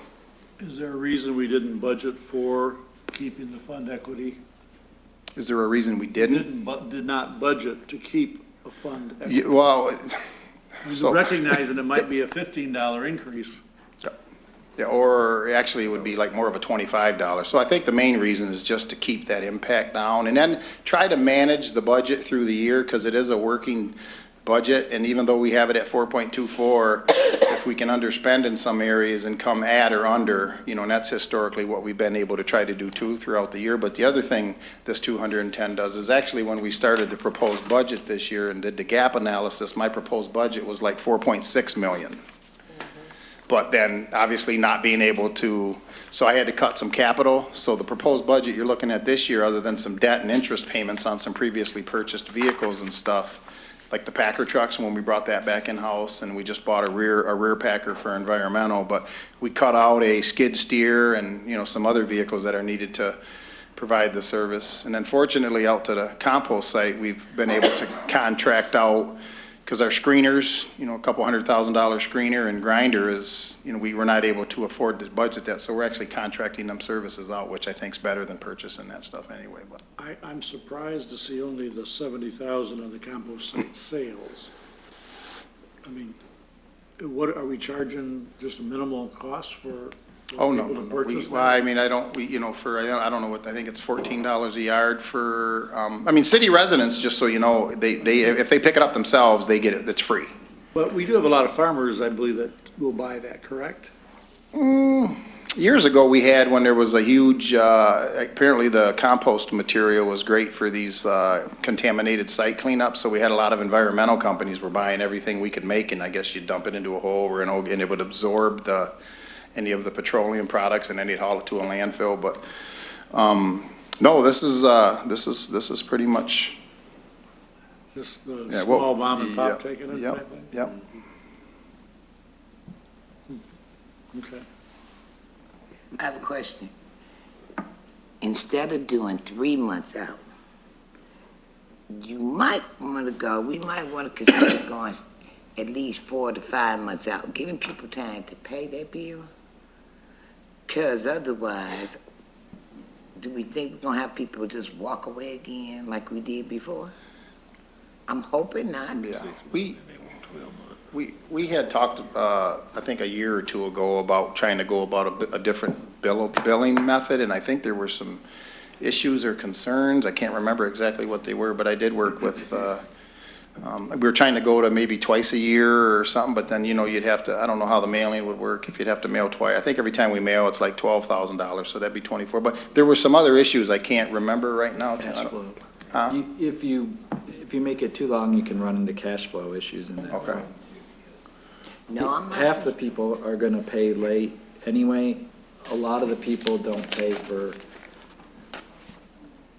quite a ways in advance. So that's where that chargeback issue comes. So the county buys that. That's not till the next year. So we already have a pretty large portion that comes in a long time after we have the expenses. Yeah, I think, Tim is exactly right, and Lori could probably speak to it more, but it has something to do with, after 6 months, it becomes delinquent. So if you let them only pay half and then another half, it'd be hard to manage that over multiple years of the delinquency to then go back onto taxes and try to collect the. I'm not talking half. I'm saying, when you send the bill out, I get my bill sometime late August, and it's normally due when? Well, we mail them out August 1st, and then they're due October 31st. So you have 60 days. I'm saying give another 30 days. Because then people can pay it in installments to where they get it paid. It's just a suggestion. It's just a suggestion. I'm going to pay mine because I don't want no interest. Well, I can talk with the city manager and the finance director and that and see if there's any options for something like that, though. Thank you, sir. This is close. Good? All right, so that's the revenue side of the rubbish. We're at the revenue expenditures, why don't we break now then? Be about half an hour before we start. What's that? We'll break now. You can finish during the regular meeting. We gonna break? Yeah. Okay, I'm good with that. I'd like to just get through this one, but Well, I can speak faster. you got about 2 minutes. 2 minutes, okay. You can get done in 2 minutes, we'll Man, go. I don't know if I can do anything in 2 minutes, so rubbish fund expenditures. So this is just the expenditure side again. That's the divisions. They're within your budget: administration, convenience station, environment enforcement. And again, the total expenditure budget, $4.242 million. The next slide on page 13 is basically all of the services broken down and their costs associated with each service, and then what percentage of the overall budget that is. So one thing I did want to point out here, if you add up the Mid-Michigan Waste Authority, the collection and disposal and the administration, you got 27, 10% one, so you're at like almost 40%. The second biggest part of the rubbish fund is legacy costs. That's almost 12% of the overall fund. So if you think about everything else the city provides, the second largest function of the rubbish fund is legacy costs, which account to 490-some thousand. So almost $27 of the proposed $210 fee is directly to not provide, it's to pay the legacy costs for retiree pensions and retiree health care. And then this is just a pie chart depiction of the percentages of the rubbish fund. Some comparable fees, so we did contact some other communities so you could have an idea of what. And then again, I don't know what their legacy costs are, so I couldn't, but these are just basically their fees for some services, so Lansing, Saginaw Township, Bay City, Farmington, and Battle Creek. And then just kind of a fiscal overview of the fund. I talked a little bit about the savings. That just kind of summarizes it for you by bringing yard waste and recycling in-house. A couple of years ago, we did eliminate a position at the compost site. I don't know if you remember, but we did used to bring the yard waste and all that for the entire authority, but basically our compost facility is only 5 acres and it wasn't sized appropriately to bring in the amount of material, so we were continuously getting letters from the state and that saying we were in violation per state composting rules. So they no longer bring their material to us. It's strictly just the city of Saginaw's material. And then just a cost breakdown. kind of some of the stuff we did. But one thing I do want to point out towards the bottom of this, that the fiscal year 20 proposed annual rubbish fee is $210. This breaks down to about $17.50 per month per unit, $4.04 per week per unit, or 58 cents a day for all of the services that I showed you that are provided through that. But again, it's, and then again, it's the best practice to have at least a 10% contingency, or almost a $500,000 if you look at a $4 million operation in fund balance, which we don't have, so that 210 doesn't help add any fund balance. That's just to provide the minimal services. So what I'm going to be looking at hopefully is managing this fund, but probably going to be looking at adding a minimum $10 per year, at least for the next 4 years, to probably get us up to about $250 as I continue to find maybe other ways to keep costs down. That's just letting you know now that the 210 really doesn't have any capital, and it doesn't have any of the increases from the authority alone, or any addition to fund balance. So Okay. Any last? other than that, questions? Anybody got any questions? All right. Thank you. Bill. Thank you for letting me finish too. Yep. Good evening, everyone. Welcome to tonight's meeting of the Saginaw City Council. We'll open the meeting with a prayer and pledge. First, we'll start with the Pledge of Allegiance. I pledge allegiance to the flag of the United States of America and to the republic for which it stands, one nation, under God, indivisible, with liberty and justice for all. Please bow your heads, Lord, as we gather together, particularly today with regard to the budget for the city for the upcoming fiscal year. Please help us, guide us as we look at the items. Please help us with resolving conflicts. Please help us as we, as your servants and the servants of the citizens of the city, work to do what is necessary to achieve a balanced and a good budget. Protect all of our public safety officers and all our other employees who daily go out into the public and work closely with the public in order to serve them. In your name we pray. Amen.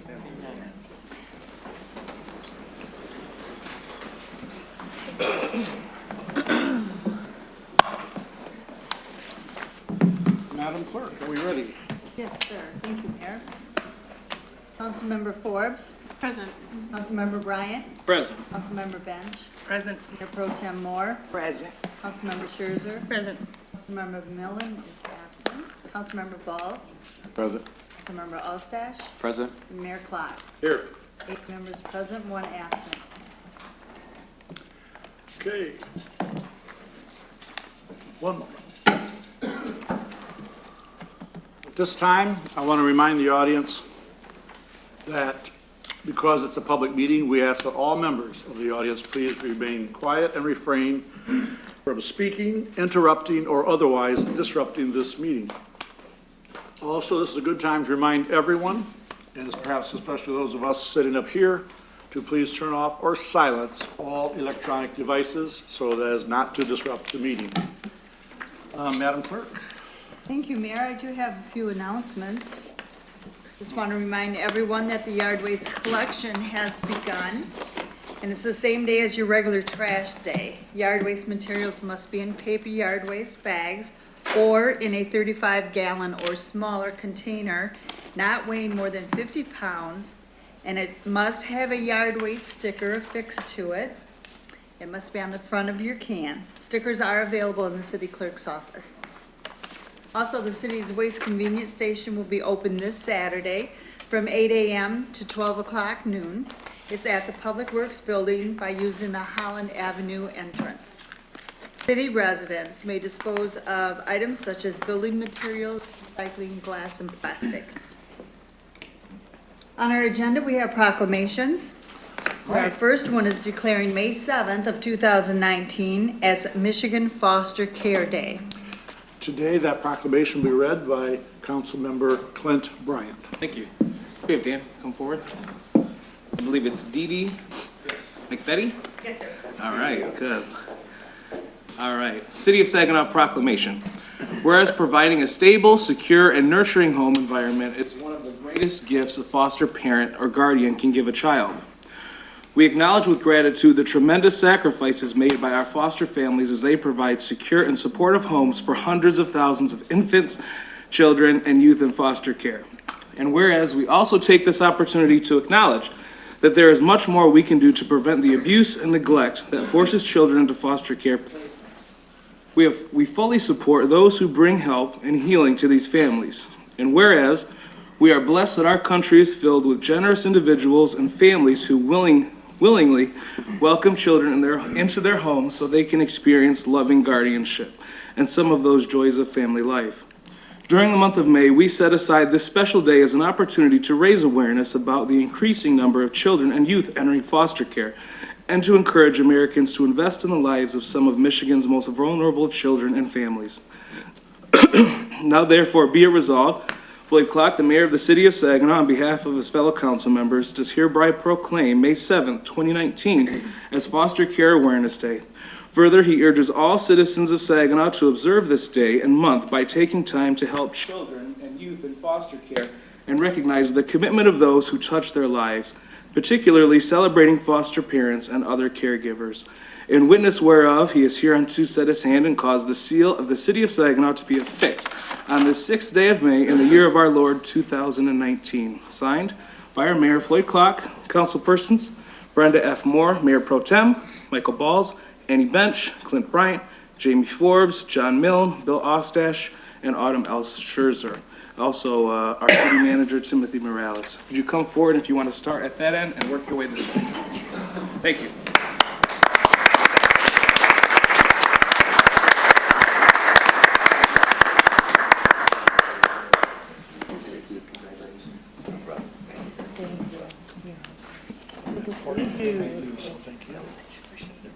Thank you, my hands are freezing. Thank you.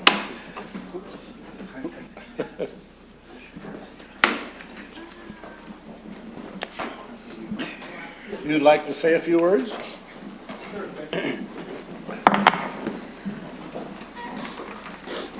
So we want to start by thanking you very much. My name is Daniel Sosa, 1081 Pius Street, Saginaw, Michigan, the Sandhills area, if you guys know that part of town.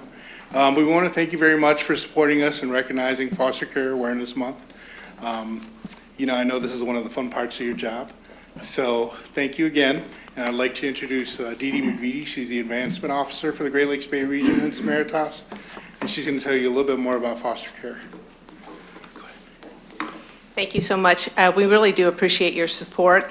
And even though we are the largest private foster care and adoption organization in the state of Michigan, we could serve at least 3 times to 4 times more kids if we had more foster families. Just want people to be aware that it doesn't need to be a traditional family, that singles can be fosters if they're interested. And so we really appreciate your help in getting out the word, thanking all those who have opened their hearts and homes, and making others aware about that opportunity to really change a kid's life as well. We appreciate your help and support very, very much. Thank you. Thank you. Mayor, our next proclamation is designating May 9th, 2019 as Police Memorial Day. And we have, I believe, Officer Terrence Moore. Yes. Welcome. Thank you. This is one I will present. City of Saginaw Proclamation. Whereas the courageous men and women of the Saginaw City Police Department should be honored for the discipline and distinction they show in preserving the rights, freedom, and safety of the citizens of Saginaw. And whereas it is important that all citizens know and understand the duties, hazards, responsibilities, and sacrifices of these brave officers as they serve our community. And whereas it is difficult to completely show our true appreciation for the services the men and women provide for the community. These brave officers often put their lives on the line to protect our citizens, sometimes making the ultimate sacrifice. And whereas the President of the United States and Congress have designated May 12th through the 2019 as National Police Week to salute the men and women who do the difficult, dangerous, and often thankless work of safeguarding our communities. During this time, we celebrate those who protect and serve us every minute of every day. And whereas on Thursday, May 9, 2019, the City of Saginaw will recognize the members of our police force and pay tribute to those officers who have laid down their lives in the performance of their duties. On this day, we will honor law enforcement officers, both past and present, who, by their faithful and loyal devotion to their responsibilities, have rendered a dedicated service to the residents of the city of Saginaw. Now therefore be it resolved, I, Floyd Clark, on behalf of my fellow council members, do hereby proclaim May 9, 2019 as Police Memorial Day here in the city of Saginaw, and urge all citizens to observe this day in honor of those law enforcement officers who, through their courageous deeds, have made the ultimate sacrifice to their community or have become disabled in the performance of the duty. I further encourage schools, businesses, religious institutions, service organizations, and the community as a whole to recognize and pay tribute and respect to the survivors of our fallen heroes. In witness whereof, I have hereunto set my hand and caused the seal of the city of Saginaw to be affixed this 6th day of May in the year of our Lord 2019. Signed, Floyd Clark, Mayor. Councilpersons Brenda F. Moore, Mayor Pro Tem, Michael D. Balls, Andy Bench, Clint Bryant, Jamie Forbes, John Milne, Bill Ostash, and Autumn L. Scherzer, and Timothy Morales, City Manager. Officer Moore, if you'll step right up.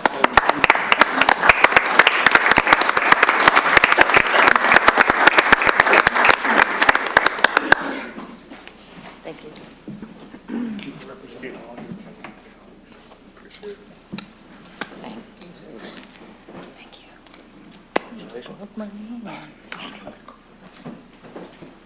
If you'd like to say a few words. First, I'd like to start off by thanking Mayor, City Council, Chief Roof, and the City of Saginaw for this award. I speak for myself and my coworkers, my partners on the street that, we're proud to, lace up our boots and put our uniform on every day. Every day we're going to calls that, it's probably the worst day of their lives.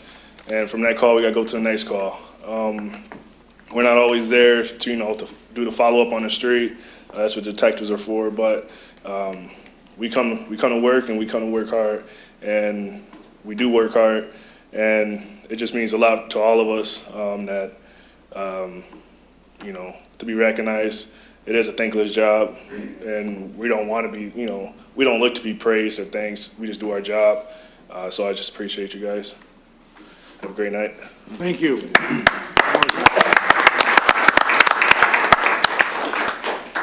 We have one more proclamation.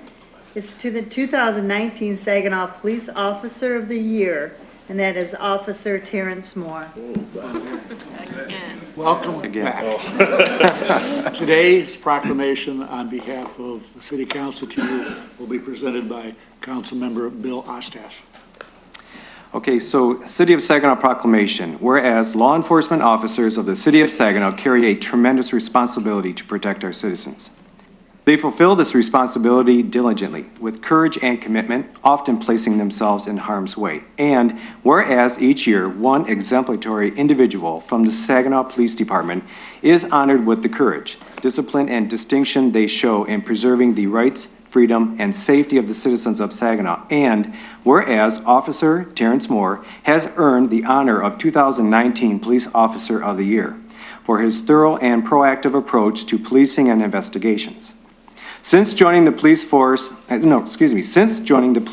department in 2016, Officer Moore has worked patrol, honor guard, and as a school resource officer.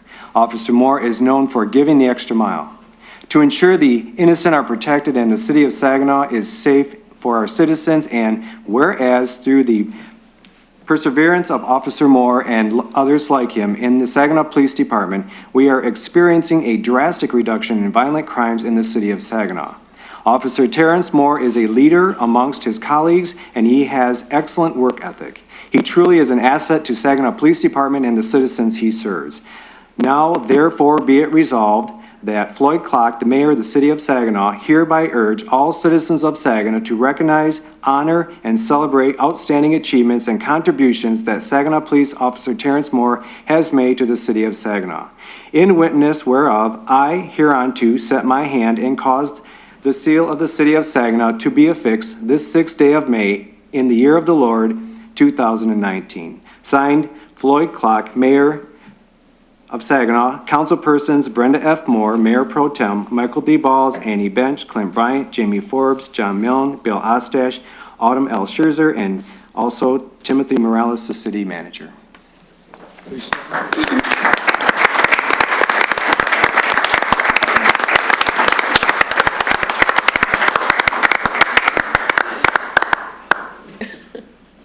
Don't squeeze my hand hard. Congratulations. Congratulations. Congratulations and thank you. Again, we'd be happy to have a few words on your own behalf. Thanks. I appreciate it. Well, with that, Mayor. All right. We welcome all those who have signed up to address council tonight. Thank you for sharing with us your thoughts and input. Hearing from the citizens we represent is very important to us. We ask that you speak slowly and clearly so we don't miss what you have to say. When called to the podium, please introduce yourself and state your residential address. Let us know if you will be speaking solely for yourself or on behalf of a group. All speakers will have a 3-minute limit, which is timed by the clerk, so be sure to cover your main points first. We ask that your presentation be courteous and respectful to the members of the public present, to the citizens watching SGTV, and to the council, so we can give serious consideration to your concerns. All follow-up will be referred to city staff. Thank you. Madam Clerk? Our first speaker tonight is Edna Jones-Webb. Welcome back, Mrs. Webb. Thank you.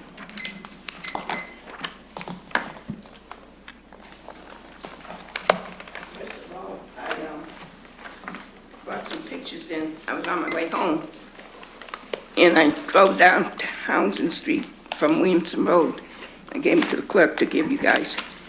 But I was appalled because my car mirror on the passenger side caught the trash. Debris. You talked about debris. I'm not here to talk about debris, but I did bring some in for you guys to see tonight. First item is residential property taxes. I'm appalled to say that I live on the east side of Saginaw, and my house is not any value. I'll give you examples. There's a house, you got the pictures there, follow along. This house right here, 1998, was worth $19,628. 2018, it's worth $14,355. That house has a swimming pool in the backyard, built-in swimming pool. This is Nell Haley School. They don't pay any taxes. You got the pictures. I gave them all to you, got copies. They don't pay any taxes to the city of Saginaw. They didn't pay any in 1998, and they're not gonna pay any in 2020. So we got this dilapidated school just standing there making our property value go down. This is my neighbor's house. He's not the Schaefer bread boy anymore, but he parks his truck there. It's a maintenance truck. He owns a lot of property. And then this house at 2712 Hess is zone commercial. It's a total junkyard. I showed you the pictures with the trees. Behind those trees is junk cars. And the property taxes have been paid. And in 1998, it was worth $32,000 something. 2020, they projected $35,000. How can you project 5 or 10 years ahead property tax in the city of Saginaw? You can't do it. You have to go out and inspect and come to the conclusion that there are some junky houses, junky lots that need cleaning up within our city. We have no value in our homes. in 2007, Liberty Mutual. Never mind. I'll do that next time. Thank you, Mrs. Webb. But I'm just telling you, it's just terrible, the way you treat your citizens about their property value on the east side. Our next speaker tonight is Trevor Wisniewski.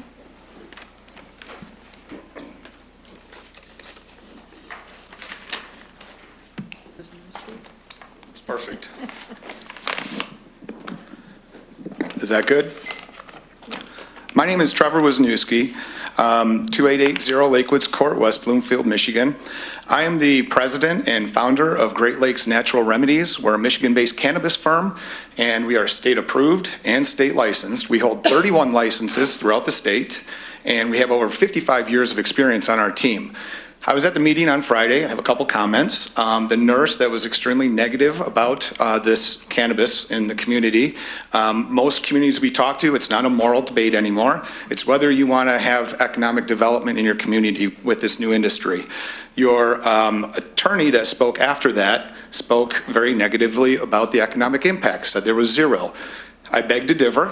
What it is if I was to bring a Burger King here, it creates jobs, or a brake shop factory, it creates jobs. The cannabis company would actually create 5 extra things than jobs. We provide licensing fees to help regulate us, excise tax when it's in recreational. Property values, our Sheridan building we bought went to auction at $48,000 a few years ago. We're putting $10 million into that building for property taxes and business taxes. And then water. Spalding Township says we're going to add a minimum of 20% to the revenue in their water budget, and they'll never have to raise water again. And then lastly is beautification program. Several of our communities we work with, we help do beautification programs, whether it's direct or indirect or using funding. What I'm here to ask you to do is opt out of recreational. It's in your best interest. And do a 12-month moratorium on medical. Take your time, figure it out, because seeing what happened Friday, there's a lot of questions that you need to have answered. And I was born and raised in Saginaw, and I want to make sure you guys do it right, because we've seen a lot of mistakes all over the state. Thank you. Thank you. Our next speaker is Sarah Foss.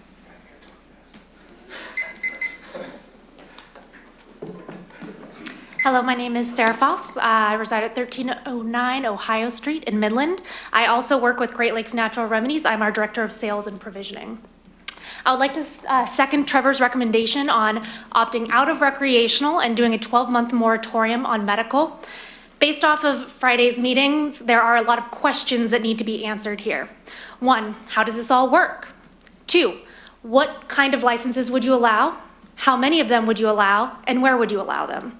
3, how would you pick the licenses? How would that process go? And 4, to see how recreational is going to pan out, because the state still has not put any regulations forward, so it's better to do your research and see how things go. With that said, our team would love to help with this whole process. We have a lot of experience, as Trevor said. Our executive team has over 55 years of experience in regulated cannabis markets, so we've seen what these regulations look like and we know how to open and operate them. With that said, thank you for your time. Thank you. Our next speaker is Jason Crockett. Hi there, Jason Crockett, 4584 Oakhurst Ridge Road, Clarkston, Michigan. I am the Chief Operations Officer for Great Lakes Natural Remedies. And I just wanted to talk to you a little bit about, we work with a lot of other municipalities, and when they say opt out of recreational, the rules aren't even in place yet. So we've been helping people to opt out for rec until they know how it works. The moratorium on giving yourself some time to really understand how the business works and see how other places are doing it. We could assist you in that. We've assisted several other municipalities in writing their ordinances, helping them put all the stuff together. And what we'd like to do is we can offer up our place and our facilities so you guys can do some R&D, do some tests, come to our place, see how the smell is, see how the employees are, just really give you guys time to build this properly. And we just want to be here to help you guys do that. Thank you. Thank you as well. Our next speaker listed was Woodrow Wilson. He did call and cancel prior to tonight's meeting. That takes us to Andy Silk. Andy Silk, 713 Lake Avenue, Traverse City. I own part of a medical marijuana company. We just applied for a license in Traverse City. That process kind of went off the rails there. What we thought, we worked closely with the city to craft what we thought was a very fair ordinance. What happened, there was a little loophole in the ordinance that allowed the system to be kind of flooded, which forced out a lot of people out of the business. So pretty much what happened in Traverse City is this lottery got flooded with applications and it forced locals out of the business. And I think it's really important in the city of Saginaw that locals have a seat at the table. People getting into the business in Saginaw, they haven't been around the business. They won't have their applications into the state. They're gonna be at a disadvantage from other groups who have already got going on this process. Because people have been doing this in Lansing, Southeast Detroit for a while. It's really important that residents of Saginaw have a seat at the table. From Saginaw, used to work at the wave pool, Arthur Hill. I love this community. This is part, my roots go deep here. So it's very important to craft an ordinance to make sure that locals have a seat at the table. Because like I said, a lot of people are very sophisticated and they'll do whatever it takes to get a license. Recreational rules will be coming out in June, very quick. So things are gonna start to move here. Really in the business, there's a ton of activity trying to get dispensary licenses. The other licenses, like testing facilities, put no cap on that. I'd open up the doors and allow testing facilities for medical, recreational right now. You have all sorts of testing equipment. You have people who need some good skills to operate that equipment. Grows, very capital intensive, takes a ton of work, as these guys know, to get that done. So I would open them with open arms in this community. I know a lot of these facilities are $5+ million. So it's not like you're gonna have people lined up to open up grows. It's very tough. So I would kind of think of those differently. So you have dispensaries or provisioning centers in Michigan and the rest of licenses. I would kind of open up the doors and be very opening to them. There is a lot of tax revenue. It's just not property taxes, it's payroll taxes, water bills, everything. Then the other component I think is important to Saginaw is you might be taking vacant buildings and putting new businesses in there with sophisticated security systems. Thank you. Thank you. Our next speaker is Eric Carbon.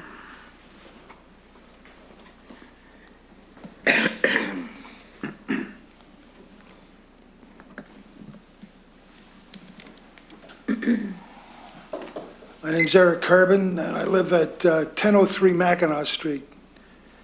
I'm calling about the traffic signals at the corner of, well, it's not actually a corner because it's not a crisscross type of intersection, but it's the traffic signals at Michigan, Mackinac, and Gratiot. It's an unusual meeting of roads. Perhaps a lot of you people have driven along there. I doubt very many of you have actually tried to cross the street on foot. But if you're driving through, you'll probably think there's no problem there. But there is a problem. I've known that for years, and this problem has existed for, well, I don't know how long it's existed, but it suddenly came to my attention, it started to get my goat about a month ago when I'm trying to cross Gratiot. in response to a pedestrian signal that said, I had the right of way. It was a white signal. And next thing I know, like a few seconds later, these cars zipping by. What's going on here? So I had to jump back onto the sidewalk. Meanwhile, I'm in a rush. I have to catch a bus on the other side of Saginaw, and I haven't got time, to wait for cars for the traffic to clear. So, but I had to, I had to wait for the cars to go by and wait for the next time for the light to turn white again so I could cross. I don't know if I did that. I think I probably crossed on the orange light. But, to have obeyed the law, the traffic signals, I could have waited there for about 3 or 4 times for the white light to turn on, for finally the cars not to come by. So that probably seems like a trivial reason for me to be here, and I guess it is. Personally, I don't care what you guys do with the traffic signals there. I know it's dangerous for me to cross in response to a white pedestrian light. I'm aware of the situation, so I don't think I'm going to get run over. But one day the city might get sued, so that might be a bit of a concern of yours. Now, what was I going to say? Well, another thing is I wrote a letter to the city manager a month ago. I didn't get any reply. So on Friday, this past Friday, I called up the number, to make a complaint about the traffic signals, 989-759-1311 or something. And I spoke to someone. Hey, my Finish time's your up. thought, just finish your sentence and then you have to. Okay, I might like to come back and finish this, okay? But the person I spoke to on Friday told me, we know about the situation, there's nothing we can do. We'll, thank you, and it will be again referred to staff. Pardon? It'll be referred to staff. Well, actually, the That's what we have staff, to do, sir. That's what we have to do. oh, that's fine, but I'm telling you, I've spoken to the city manager. She's aware of the situation now, apparently, but I do want to come back. Is that going to be okay? Yes, you can come back. Mayor, our final speaker is Kevin Seaman.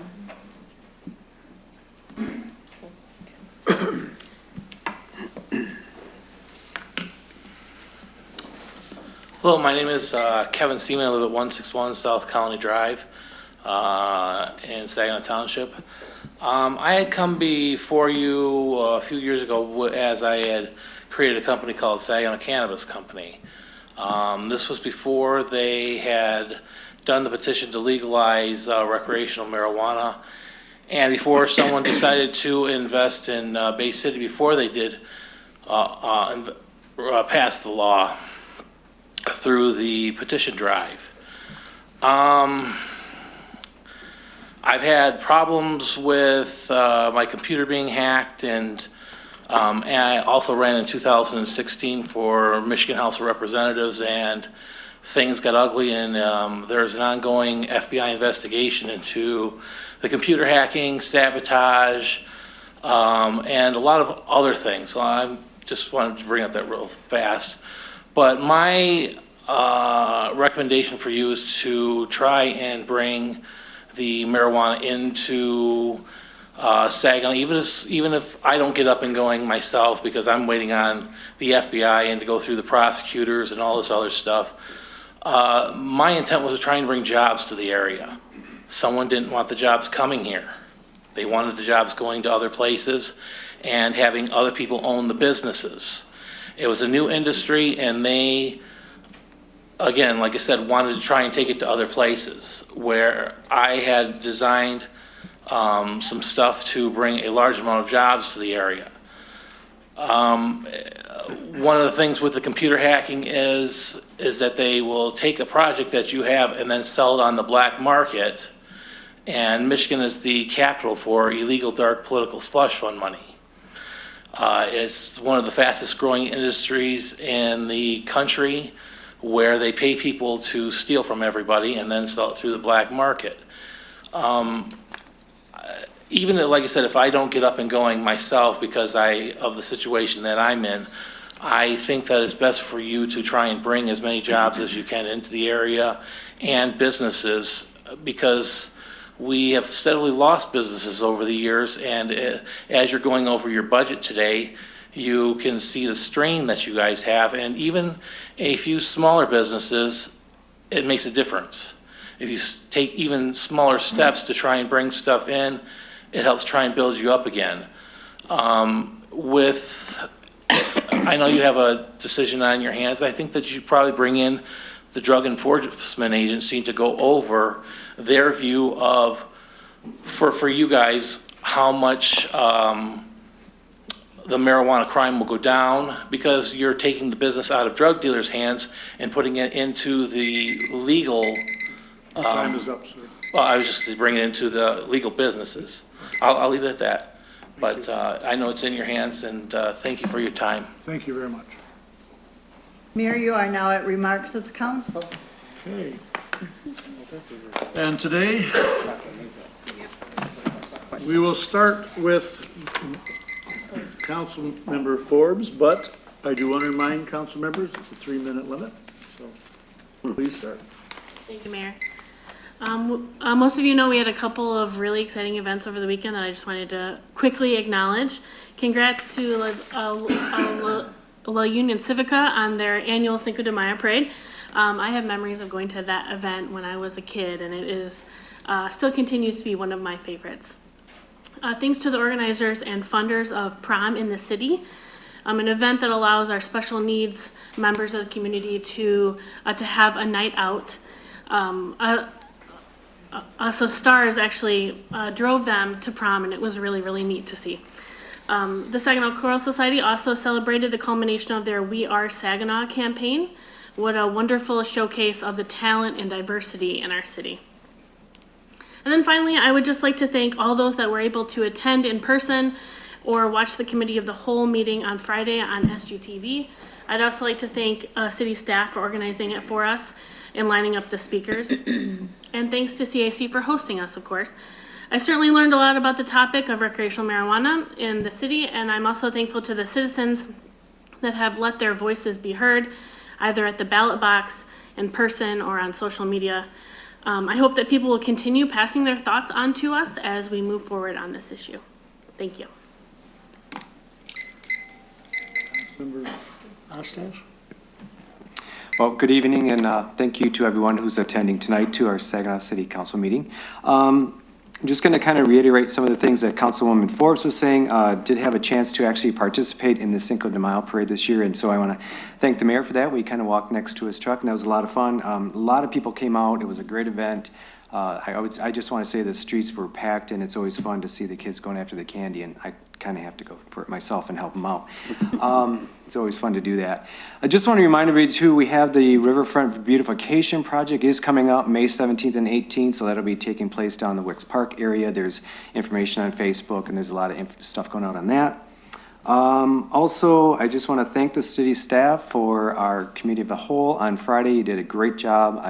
As well, just well put together, just kind of flowed. And thanks to all the citizens that came out. According to MLive, we had over 100 people, I guess, right around there, and to all the speakers that came out that day. So a lot of good information to help us make a decision. And that is all I have. Okay, Councilman Balls. Thank you, Mr. Mayor. I'd like to thank the citizens for coming out and voicing their complaints today and their concerns to the city of Saginaw. This is the best place to come when you want to get something done. And I'd like to personally thank the people working with the foster care. I do understand what you guys are doing. I think it's extremely commendable for you to do that. I'm involved in Big Brothers and Sisters program, so I get to pick them up and drop them off. But you guys top doing is a beautiful thing, man. I'd like to thank you for that. Ms. Webb, I hope your concerns are met. I don't know if you got a letter or nothing for last time we talked about when you came and talking about the trash or not, if the city manager addressed that or found out ways we can get that cleaned up or not. I'm talking about property value. Okay. Well, last week, my neighborhood association which is around the corner from yours on the other side over there between Sheridan and Williamson. We cleaned up the neighborhood over there and picked up trash all the way to the side of your neighborhood, and it really looks good over there. Maybe you can, get your neighborhood association to even look at some of those concerns over there, but hopefully the manager will address those issues that you have. Officer Terrence Moore, we'd like to thank you for your service. Let you know you got a wonderful chief, and and it's obvious he picked good officers. So keep up the good work, Chief, and to you too, Mr. Moore. And to all the other people that came to talk about the medical marijuana, pretty amazing that most of the people that's come here and talked about it today don't even live in the city of Saginaw, so it must be a real lucrative business for them people to come all the way down here and do that. I'm kind of torn between it. I don't know how I want to vote on it because there's so many things that's happening. I noticed that one place, it's in Spalding Township, but our neighborhood association is not too happy about it because it's right across the street from a church right there. So the church people ain't too happy with that. I wish you guys had a good talking to them before you did that, but it is what it is. It's going to be a tough situation here, considering marijuana and some of the things that happen with people smoking and stuff like that. We'll see. We will see. So, this weekend I had the opportunity to be with the NAACP Sunday. They had a couple of presenters there that was talking about the Elliott Larson laws and some people that voice their concerns about things that happen to them on their jobs and stuff like that. So I just want to always be vigilant on what happened on your job. There's been a report that racism has been peeping up its ugly head in the last couple of years, and some of us probably know why, but we still got to be vigilant and keep eye on it and make sure, we report it to the proper authorities and be timely with it too. So thanks for letting me share that. Thank you. Thank you, Mr. Mayor. I do want to say thank you to all of the speakers today. I appreciate, and I have made comments to council members and the media as well, that having the input of the community is very important, especially on topics that are deep, like the marijuana that we are recently discussing. Thank you to the city staff for the committee of the whole and putting together the presentations and getting that situated. Mr. Carbon, I understand your concern because that isn't. Is he still there? Okay. I frequent that intersection, and whether you're turning, going straight, coming through, or making a slight turn, if you want to call it, I understand. And that's a area that's picking up because Woody's Hot Dogs, local businesses right there, the fish places right there. So hopefully city staff take your concerns and deal with it appropriately. But thank you for bringing that to our attention. I did have the chance last week to come to the Green Team Go Green celebration, and I won. I got my gift today. I did take home too many tomato plants and spider plants, but I encourage council, please attend next year.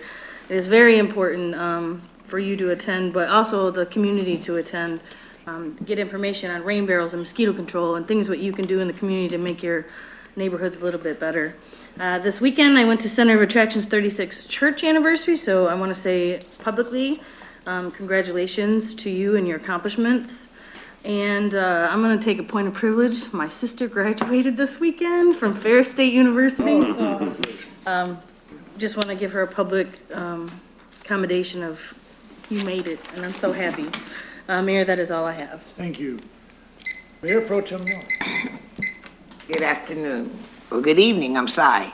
First, I'd like to thank all of our public speakers who spoke.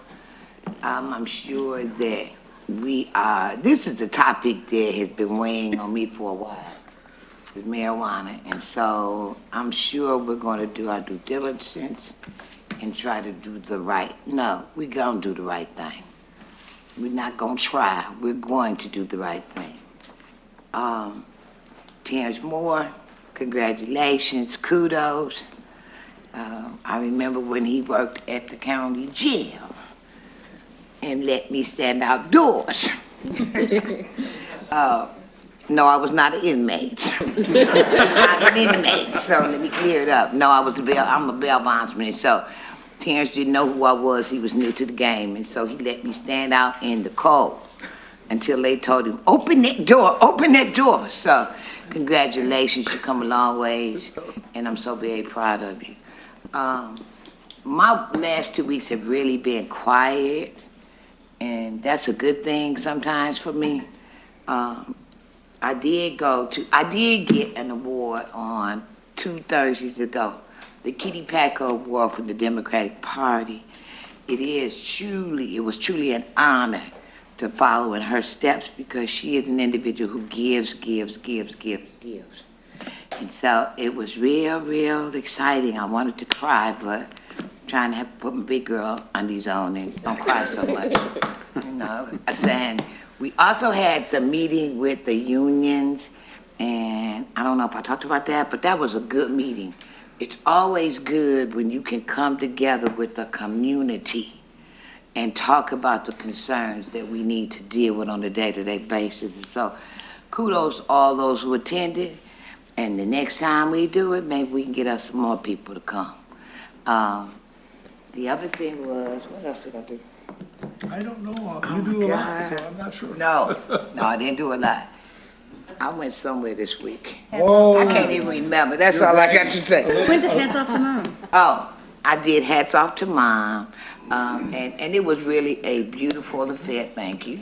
Hats Off to Mom. Joyce Seals, our former mayor, was nominated Mother of the Year.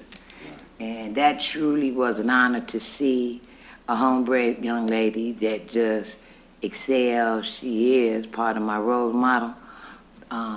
And it's always good to see anybody in the city advances. And I really try to go to a lot of stuff, well, a lot of events, not stuff, a lot of events, because it's important for the community to see us. That's what our job is. We work for y'all. Y'all don't work for us. Thank you very much. Forget a little vacation trip in there? We'll pass over that. Thank you.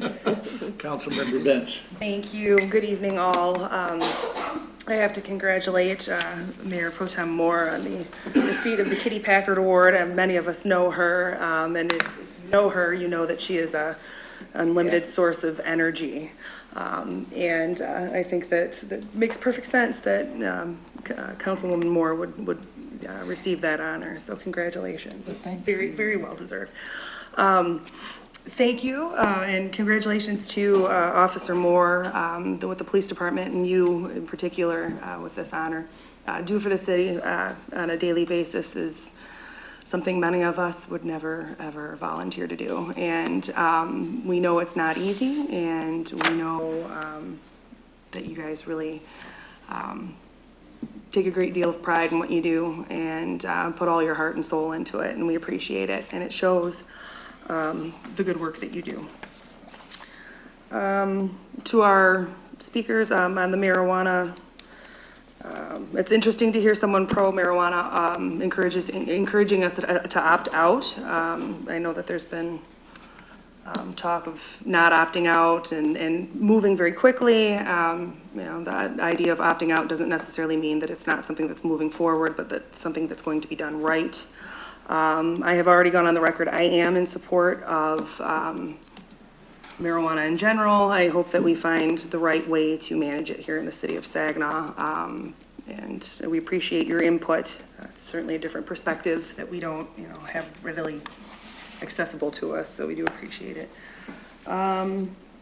Ms. Webb, I'm interested in hearing, I guess, your comments at the future meeting, because I'm not really sure what,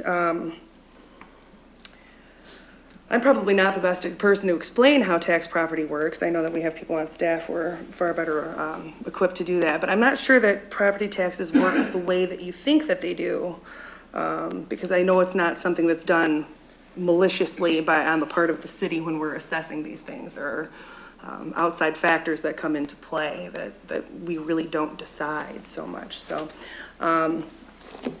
it is a frustrating situation because I think all of us own houses. If we've, some of us who maybe have bought them decades and decades ago, but I think all of us own houses that are probably not worth what we are paying for them or what we had paid for them. So we do empathize and know that that's a concern that all of us, are facing.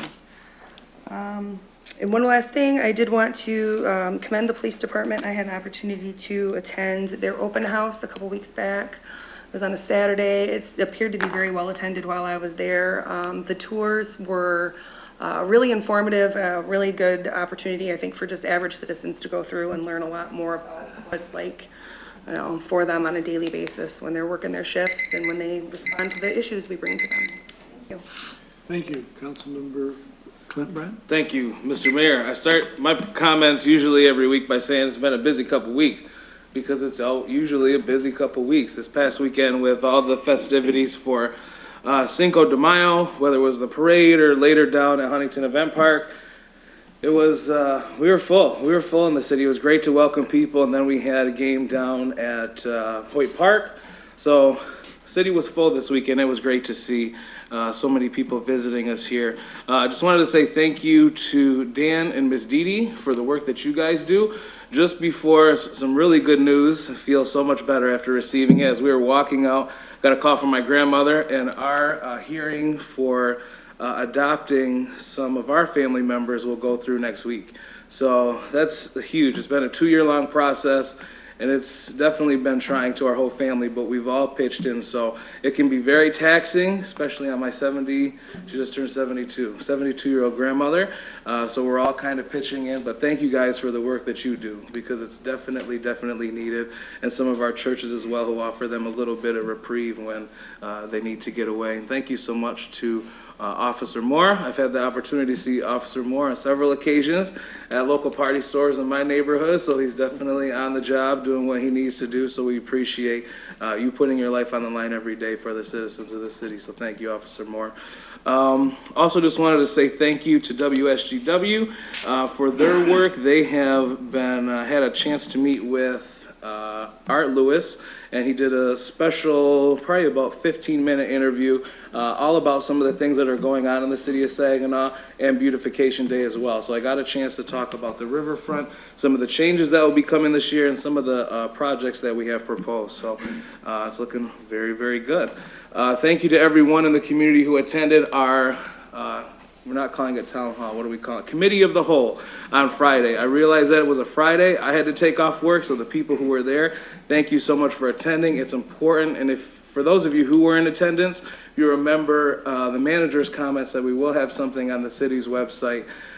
So if there's citizens that want to give us feedback, because we need to hear from everyone. It's very important that we hear from everybody, whether you're for, you're against, wherever you are on the spectrum, we need to hear from you. That's part of our job. The only other thing that I would say is I know we had some Christmas lights that were done by Garfield, but if we could have them remove, or whoever could remove, some of the decorations that are still in the parking lot.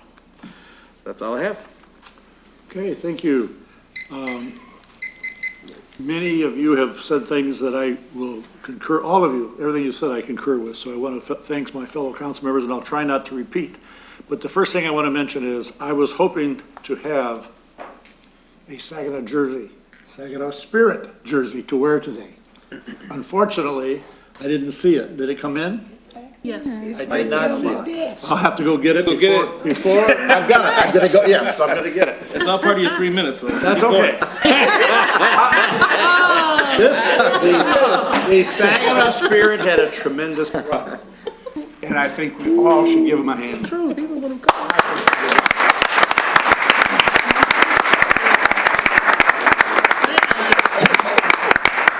There's more to the story. I got an email from the mayor of Gulf. Gonna hold it up first? Oh, okay. Who wanted to have a little wager.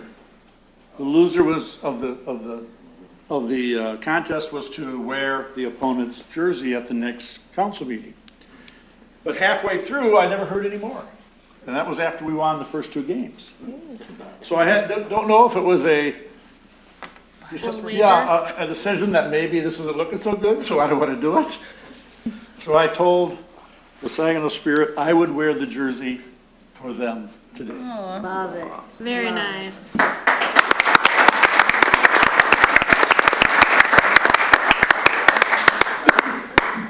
Yes, it's very nice. This is good. Now, We get to the spirit fans and smoke a little of that marijuana, we can get more revenue in the city. Yeah, you won't want them driving home, though. All right. I do want to mention a little more detail. The Hoyt Park Youth Baseball Tournament was on back in April 13th, and then there was another one that's going on yesterday through today, or the 4th through today. They've had thousands of people there, 30-some teams. There was an all-area arts awards ceremony on Friday at the Dow events, Dow Center. Let's see, I want to also compliment those who talked today, seem to understand the difference between the ability under the current statute to smoke and have your own private stash, so to speak, versus the facilities, which is the issue council was addressing on Friday. We're only looking at the question of facilities, not use. That's by state law now. I do want to point out the Saginaw Police Department Awards and Memorial Ceremony on Thursday, May 9th. Our clerk mentioned that, but it is open to the public. There will be, I also want to, again, congratulate Officer Moore. That's a wonderful tribute, and you've well earned. The 2019 Civilian of the Year is Brian Rowell, and he'll be honored as well on the 9th. And the Officer of the Month is Jordan Englehart. And that will be it for me. Thank you. Thank you, Mayor. That now moves us to reports from the manager. Thank you. First, I've mentioned from items that it is good for citizens to come to council to talk about the issues, but the faster way to get trash picked up or something like that is to contact our inspections division directly. And what we need is actual addresses or lots. We can get to it pretty quickly. If there's there's a lot of trash in the neighborhood, that doesn't give us anywhere to go. So if it's a specific lot, get us the address, call in, you can talk to Rachel or Vicky in manager's office or call inspections, and that's really the quickest way. That intersection, we have dealt with this before. Letter did come in, we sent it to engineering, with the city engineer who presented at one of our previous meetings, is very diligent, so I know she started looking at it right away. She does have options, and I think she contacted this individual today, but she is still looking at things to do. There's nothing there that we are following all of the traffic rules at that intersection, but we understand there may be things that can be done differently. So they'll continue to look at that, but we have the budget presentations today, and anything there, changing signals can cost $150,000. Roundabout, if you put a roundabout there to change that can be $500,000. So how traffic works. If the pot of money is the same, so it's going to take away from a different project. So that's what they try to weigh that do. As council members mentioned, the committee of the whole meeting Friday, I'd like to thank council members for attending as well. As Councilman Bryant said, sometimes it's hard to attend a weekday meeting when you guys are working, so appreciate you taking that time off to attend, because we find that is an easier time to get the presenters, since a lot of them were from out of the city. I think the presenters as well, the city attorney from Kalamazoo did travel a long way, and he spent pretty much the whole meeting there, so appreciate his time. And he is recognized, I think, throughout the state for the attorneys to be an authority on this topic, so we appreciate him. And we will be sending thank you letters to them, and I think we need to thank Kalamazoo City Council, because I believe they had to approve for him to come here as well, so we'll take care of that.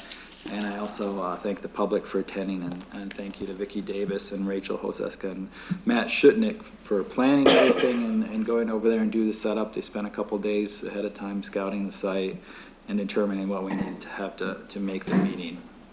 So appreciate all that work. And as a few council members mentioned, we will be putting the survey together regarding marijuana facilities, as I mentioned. We already started to work on it. We do have an intro written, so an introduction to it, talking a little bit about the proposal. And we're currently putting the questions together. And what I would really like to do is figure out a way, and we'll work with our technical services department on this to make sure that we can identify city residents that are responding to the survey, because when we looked at some of the other ones from other local units, it was pretty open, so you wouldn't be able to tell as a council representative where it's being filled out from. So we want to try to put something together so we can have that data for you as well. I think technical services will have some good ideas about how we can do that.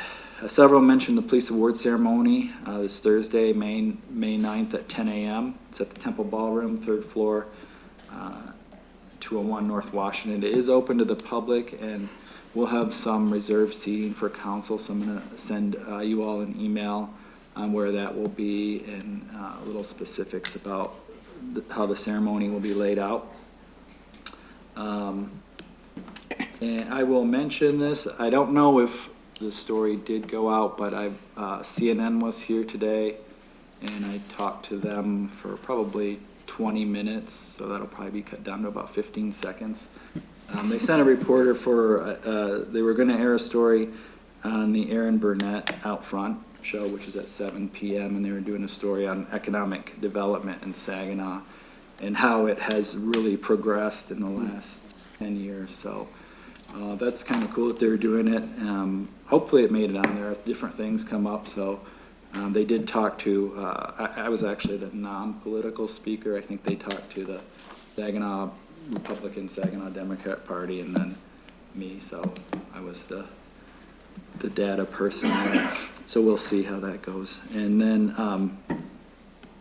finally, I mention again that the City of Saginaw has received the Certificate of Achievement for Excellence in Financial Reporting from the Government Finance Officers Association for its comprehensive annual financial report for the fiscal year ended June 30th, 2018. This is the 10th year in a row that the city has received this award. The Certificate of Achievement is the highest form of recognition in the area of governmental accounting and financial reporting, and its attainment represents a significant accomplishment by a government and its management. So congratulations to the Fiscal Services Department and the Controller's Office and the city as a whole. 2009 fiscal year was when we started completing a comprehensive annual financial report. And the goal of that program is to be as transparent as possible with your financial issues. It takes more work to put this together. There's a lot more data in this report than a standard audit, so appreciate the work done in fiscal services and continuing to change, because when you apply for this award, even if you get it, they tell you a list of things that you need to do better. So they've continually, I think, been improving our comprehensive annual financial report. Anyone can see the report on the City of Saginaw's website or in person at the clerk's office. So we do have one more presentation for you tonight as well, and I understand that Phil Carwatt is going to handle the report for us. So it's gonna be quick. Yeah, 5 minutes. Be about 5 minutes, right, Phil? We know we can go fast now. This one should be a little faster. All right, good evening. For those of you that don't know me, I'm Philip Carwatt, the Public Services Director for the City of Saginaw, and ultimately responsible for the public service side of the two funds that I'm about to go over briefly with you. That would be both the sewer operations and maintenance fund, including the wastewater treatment plant and remote facilities. And also, I'm gonna do that one first, and then I'm gonna get into the water operation and maintenance, and then the water treatment plant, but, which is found on budget document pages 252 to 269. But before I do that, if I could, because fortunately or unfortunately, I get to be the one to get up here and take all the credit for putting this presentation in front of you, but to be quite honest, this is maybe a 10-minute presentation, but it's just quickly going through a $55 million budget, which is amazing. I mean, I forget what the overall budget of the city was, 120 million or something. So you're talking about a third to a half of the overall city budget. And there's many pages in detail that go behind these numbers. I'm gonna show to you, but really the individuals that put this all together for me cared enough to come here tonight, and if I could, I'd just like to, some of them you get to see and meet. I'm sure you all know Paul, because he actually talks longer than I do, but if I could though, we have Josh, well, Paul Reinch, he's got a long title. He's the superintendent of maintenance and service and water treatment plant. So he oversees the operations of both the plant and the maintenance and service side, which is the distribution collection systems and, out city transmission mains and remote facility, or the pumping stations and that with the wholesale customers. So he reports both to Kim and I. It's kind of an unusual situation, but for now anyway, he reports to me on the maintenance and service side and to Kim Mason on the water treatment side of things. So I thank Paul for all of his hard work. Welcome, Paul. And then Josh is to his right, your left. Josh Hoffman is the Assistant Superintendent of Maintenance and Service. So that division basically oversees the distribution, the collection of our city transmission and distribution mains and our sewer collection systems. And we all work in different divisions and departments, but we work together because we have to based on how the systems work. So we all work together very well. So Josh does a great job in overseeing that division and reporting to Paul. So thank Josh. Thank you. Thanks. And then next to Paul, to his left, your right, is Mr. Andy Biddle. Andy Biddle, I don't know, he does a lot for us. He wears a lot of titles, and a lot of what he does isn't just solely related to what his title or what his job description says. But so I don't know if you've all heard, or I'm sure over the last couple years anyway, that there's been all of these mandates thrown at us from on the water side of things, the sewer side of things, as part of your permitting, asset management plans. I'm sure you remember the SAW grant, the $2 million SAW grant that we were able to work with and put together a sewer asset management plan. Well, the water side required one. We have been successful in putting them together, and for the most part, he's been very instrumental. Majority of the brains behind all of that. He stepped up and took the responsibility, and so we didn't really change his pay, but we changed his title so that he could do that. So his title is kind of asset management coordinator / plan engineer. He's also an engineer, so he works closely a lot with Kim through all of her capital projects that's been done over the last many years. So I want to thank Andy for all of his help. I mean, you're just kind of seeing some things, but you can't imagine the amount of time and data and reports and Excel tables and everything else that goes behind all of the asset management planning, and then getting approval on the permit side for the state. So I want to thank him for that. Thank you, Andy. And then next to Andy is Ted Bomba. He is the assistant superintendent of the water treatment plant. So he's basically just under Paul on the treatment plant side of things. So Ted also, as I spoke with everybody else, is responsible for the day-to-day treating the water, making sure the plant's functioning properly. We're meeting all of our state requirements and just giving everybody good, clean drinking water. So I want to thank Ted. And then you all know Kim. So she's been giving this presentation for the last 2 to 3 years, so I felt it was probably my time to step up and see if she would step aside and let me just do it at least once. So she struggled with that, but I want to thank her for allowing me to do this. All right. We all deserve a hand.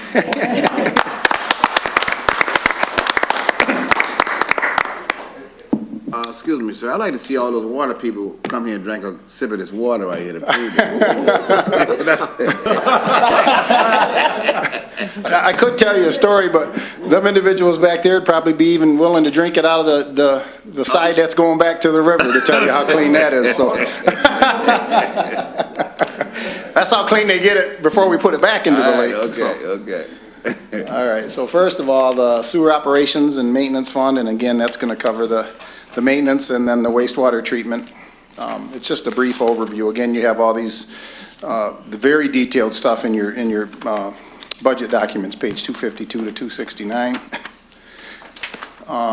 The fiscal year 18-19 approved budget was just over 23 million, almost 24 million. The fiscal year 19-20 proposed budget is at 25,500,000, which is a 1.74 million increase, or 7.3%. And a majority of these increases, I mean, you could get them in detail through your budget, but some of them are increases in, as Yolanda spoke earlier, unfunded MERS and retiree healthcare. A majority of it is for upgrading our process control system software and support, which is our SCADA and our EAM.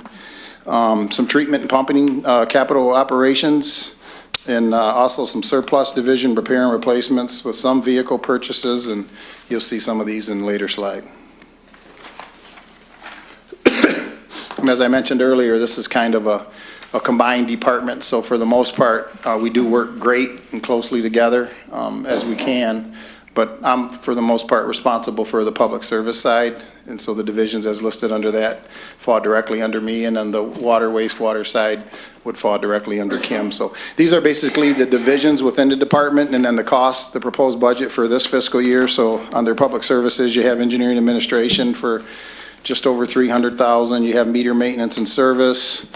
I won't go through all these numbers, but if you, you can just, I kind of wanted to lay them out. And then if you know, obviously as you go through all of your individual items in your budget, they all add up to these to just kind of show you the cost associated with each division. And then on the wastewater side, you have sewer administration, process controls, treatment and pumping at the wastewater plant, and then asset management. As I stated earlier, some of the new mandates from the state to have asset management plans we've actually created. I think this is the second year of the asset management division.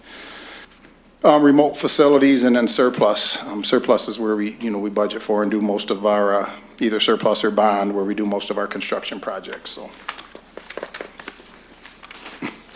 some of the major projects and purchases I talked about earlier. So this slide 4 basically shows you, and I think we're actually reduced this year. We have been making many purchases to replace some of our old equipment becoming inoperable, so, but this year's kind of light. But so for the sewer side, we're looking at just over 238,000, which includes 2 trailers, of which 50%, a lot of the stuff gets paid 50% if it's a multi-purpose function, both on the sewer and the water side. So the 2 trailers are going to be used to haul around the trench boxes that are going to be used for the construction of either water main, water services, sewer mains. A mini excavator for the maintenance and service, that totals 160. 80,000 is going to come out of the sewer, 80,000 out of the water. 4 new pickup trucks for the wastewater treatment plant for about 130,000, and then 1 forklift at the wastewater treatment plant for just under 25,000. Now some of the major projects. Wastewater treatment plant, we're doing some parking lot and building improvements. Maintenance and service, this has been a multi-phase project. I believe this is the second or the third phase of the improvements that have been needed over there on Jefferson Street for the parking lot, and also security improvements. At the wastewater treatment plant, they're going to be doing some electrical upgrades. And then some of the sewer related to road projects. Mrs. London spoke a meeting or 2 ago and explained all of the road projects. So as some of them, there are some minor sewer costs associated, and as you can see, I mean, some of the bigger numbers you might actually be looking at replacing or lining some sewer, but for the most part, we've been pretty proactive in our cleaning and televising, and the sewers most of the sewers aren't in as bad a shape as we had thought. So many of these don't necessarily need relining. They might need some spot repair or replacement. They might need some spot repair. So majority of this might be for catch basins, replacing catch basins, putting in sumps, maybe reconstructing some manholes, or just, doing some minor maintenance type work than full-blown reconstruction. And then the sewer lining and replacements. So I think we're into the 4th or 5th year. You probably heard of USA, Utility Services Authority, or, this company we've been hiring to come through the city. We have almost 400 miles of sewer mains, and we haven't cleaned them and or televised them for quite some time. So we have been proactive in that, especially as part of our asset management, because we have to get in and determine the condition of some of these things and then extrapolate it into other pipes, because we don't have the ability to clean and televise 400 miles in a year. So we're hoping over a 5 to 10 year plan, we can get through all the sewers, get the debris out of them, clean them, and really see the condition, so we can put together that's part of the asset management, we can put together a good capital plan to address any of them issues. Slide 6. Again, just some more projects. Wastewater treatment plant solids handling study. SCADA system upgrades, 110,000. I'm not sure of the existing age of that system, but SCADA basically stands for Supervisory Control and Data Acquisition.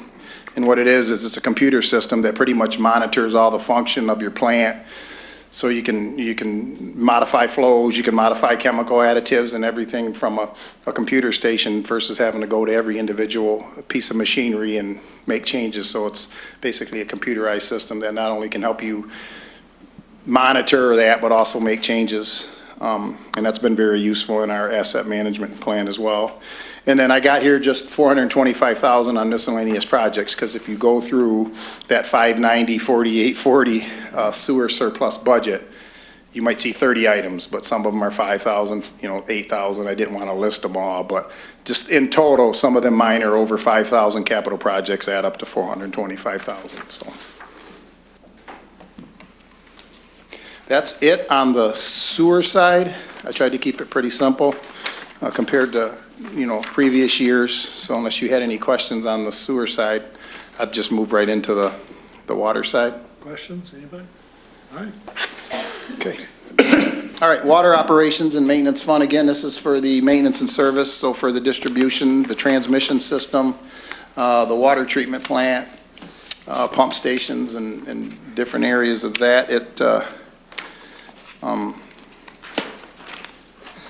That budget is actually on pages 270 through 287. 270 through 287 of your budget document prepared by OMB. The proposed budget, well, actually the existing budget for fiscal year 18-19 was just over 33 million. The proposed budget for 19-20 is just over 29 million, which is a 3.7 something million dollar decrease, or 11.3%. And the majority of the decrease is due to the reduction in refunding bond projects planned, at least for this year. We had, if you can recall, in the current budget, we had 9.1 million planned in 2019, and we have 3.9 million planned this year. So I'm not sure if Davis Road had a lot to do with that. If you remember, that was a bonded project. The total cost of that was like right around 19 million or something.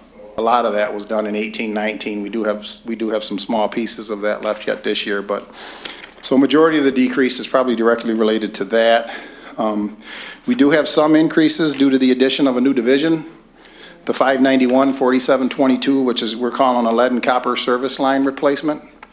I'm sure you've all heard, and we're going to be doing some presentations probably in the next meeting or two where we'll get into more detail as we talk about the rates, and we're working with a firm that's helping us put together a plan that'll be presenting on but if you're all familiar with the new lead copper rule, the state made changes to it with, so the city's required within the next year to submit a plan of all of our lead and or galvanized lines that were ever connected to lead, that we have to have a plan to replace all these in the next 20 years. So we started doing that, if you remember the pilot grant that you approved about a year ago. The state had like $900 and some thousand.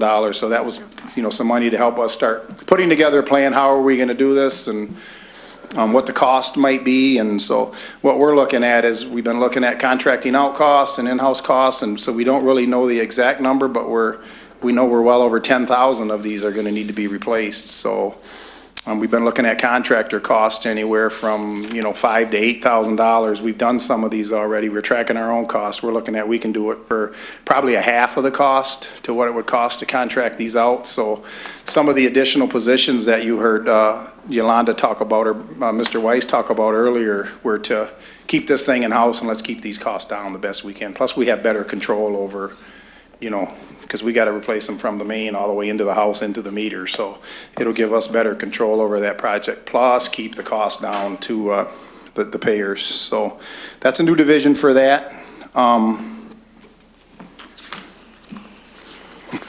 Mr. Manager, if I may, what you mentioned was all the way to the house, to meter into the house.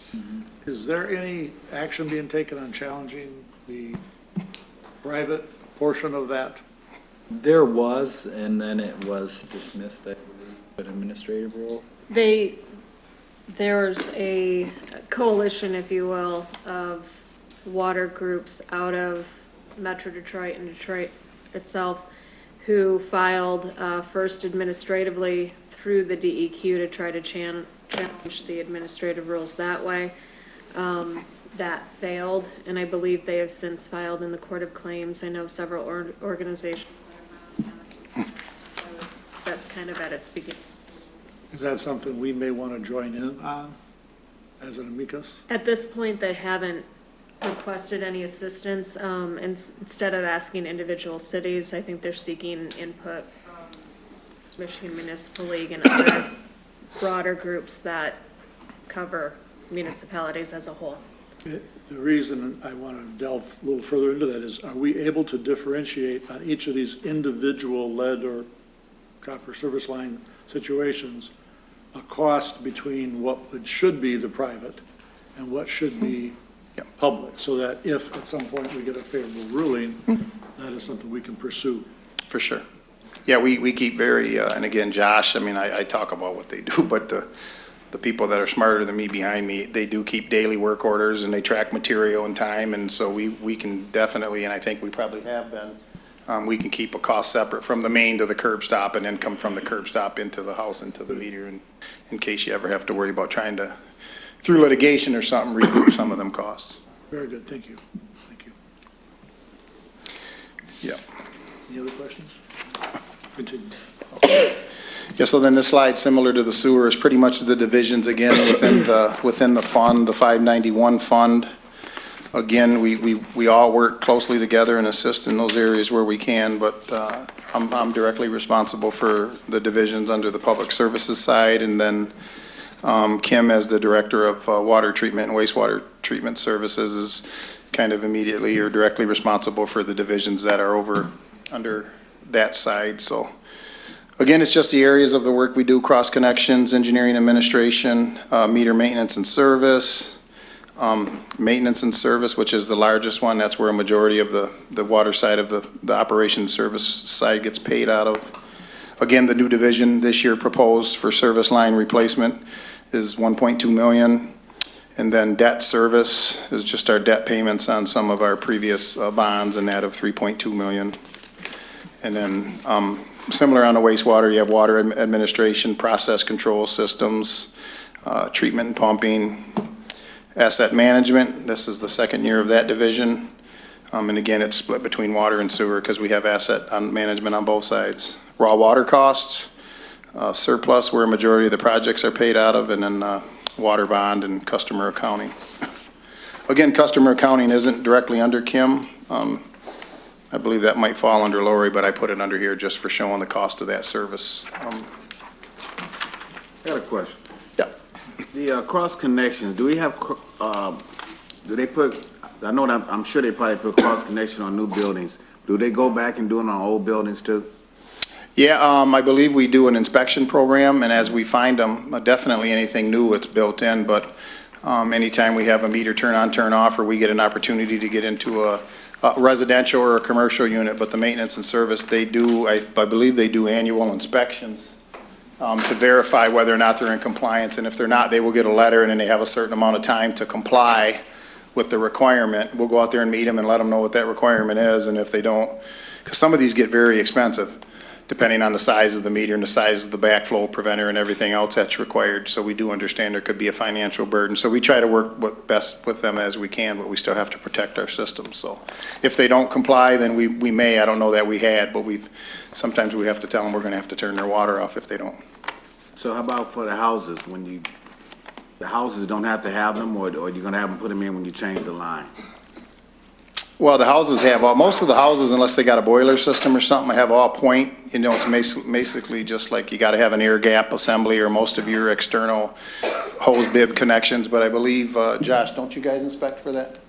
Oh, right now we only inspect residential homes that either have a boiler or have irrigation system. Okay. As far as the other ones, no, we don't go in there, but I do hear that's coming down the pipeline that there will be residential inspections coming. Yeah. Okay. Thank you.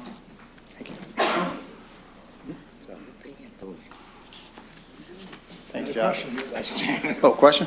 So who's paying? Who's paying to have this work done? What? The city is consuming it, or?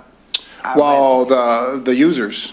So, I mean, and this gets very, depending on, but the day-to-day operations of the system, majority of that is paid by the residents and the businesses through their water rate, through their readiness to serve fee and also their commodity charge. It's all factored in.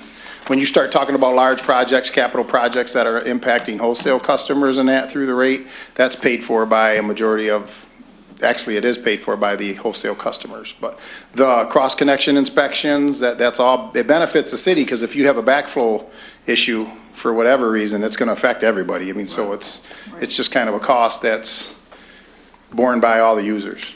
So the system, I know from the street to, is it from across the street in your yard to the road is the cities.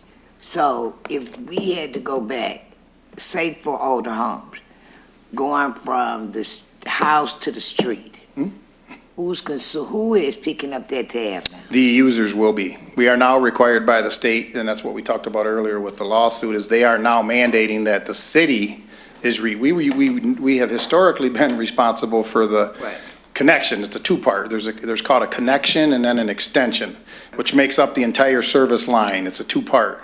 The connection for the life of the city is what's always been the city's responsibility, is the tap from the main up to the curb stop or the shut-off box in the right-of-way area. Then from there into the meter has been the homeowners. We are now being required through this mandate to be responsible for any lead or galvanized ever tied to lead from the main to the meter. Bill, so the new lead and copper rules say that you replace all of these components, including the service line. The service line has always been, in our opinion, private property. So that's from the curb stop to the house, and it runs through your yard. The new state rules say that is to be replaced at the cost of the system. So the system is an enterprise fund, so that means all the users fund the replacements. So it would have to be built into the rate, because there is no other funding coming in to that system. So you build it into the rates, and that's what the mayor was talking about, where you could have a challenge potentially, because there's a prohibition against spending public funds on private property too. So there's a potential conflict there. That issue was raised with the state of Michigan when it came up, and I was in a meeting and they said, we don't care. So that's where the conflict arises. That's where the lawsuit now is going. Yeah. So, yeah, I mean, and obviously now having to go on private property, we worked with the attorney, and Paul and Josh and all of us have developed many required types of material to give to the homeowner, and also waiver and release of liabilities to enter onto their property to do this. I mean, we are now, whether we got to go under a driveway, we got to dig under a footing into a house, we got to come through a basement wall. So, we're taking video and pictures and everything, so we don't have claims of you cracked my wall, or, you know what I mean, because who knows what else. So we're being very questions of trespass. Yeah, responsible in the way we're going about replacing. The way that Phil and Kim and the department have put this together, I think, is the best way to go, because if you think about this logically, when the state puts a rule like this in place and it impacts the number of communities that it does, there's a limited number of contractors as well. So what is that going to do to the price that contractors charge? It's going to increase, because they know there's a high demand and there's a limited number of contractors. So I think the way that they're designing is probably half the cost of what it is now, and considering the demand is going to go up once more cities start doing it, that contractor price could even go up more than was being charged in Flint, and that's kind of what we were basing it on before. Yeah, because we control, the only variable on our cost are material prices, and that's just going to be supply, demand in the market. But salaries and equipment and the rest of that, once we purchase it, is set. So we control that. We can't control. Contractors have too much work, and we're seeing it already. Right now with other road projects, if you're getting a bid out right now, you're not getting any bids. These contractors are too busy, or they're throwing 30, 40, 50% markups on top of their profit. So it's just, there's so many dollars and so much work out there right now and not enough contractors. So we didn't want to have that happen to us, so we all work together, and obviously even just initially right now feeling like if we can get it done for half the cost, that's the best way to do it. And it's going to be a 20 to 25 year program. So, you could hire people now that it's gonna be a job doing that for at least 20 years, and we can control that. So. Question? Actually, more of a comment too, because I can probably already hear this out in the community with the homeowners especially, that's gonna be a concern, even as a homeowner myself, is I'm not sure if there is a way that, when we get close to that time, so that the cost to the homeowner, and I know that, I can just hear that right now, even like when we talk tax cap, we hear, well, where am I in 5 years, where am I in 10 years?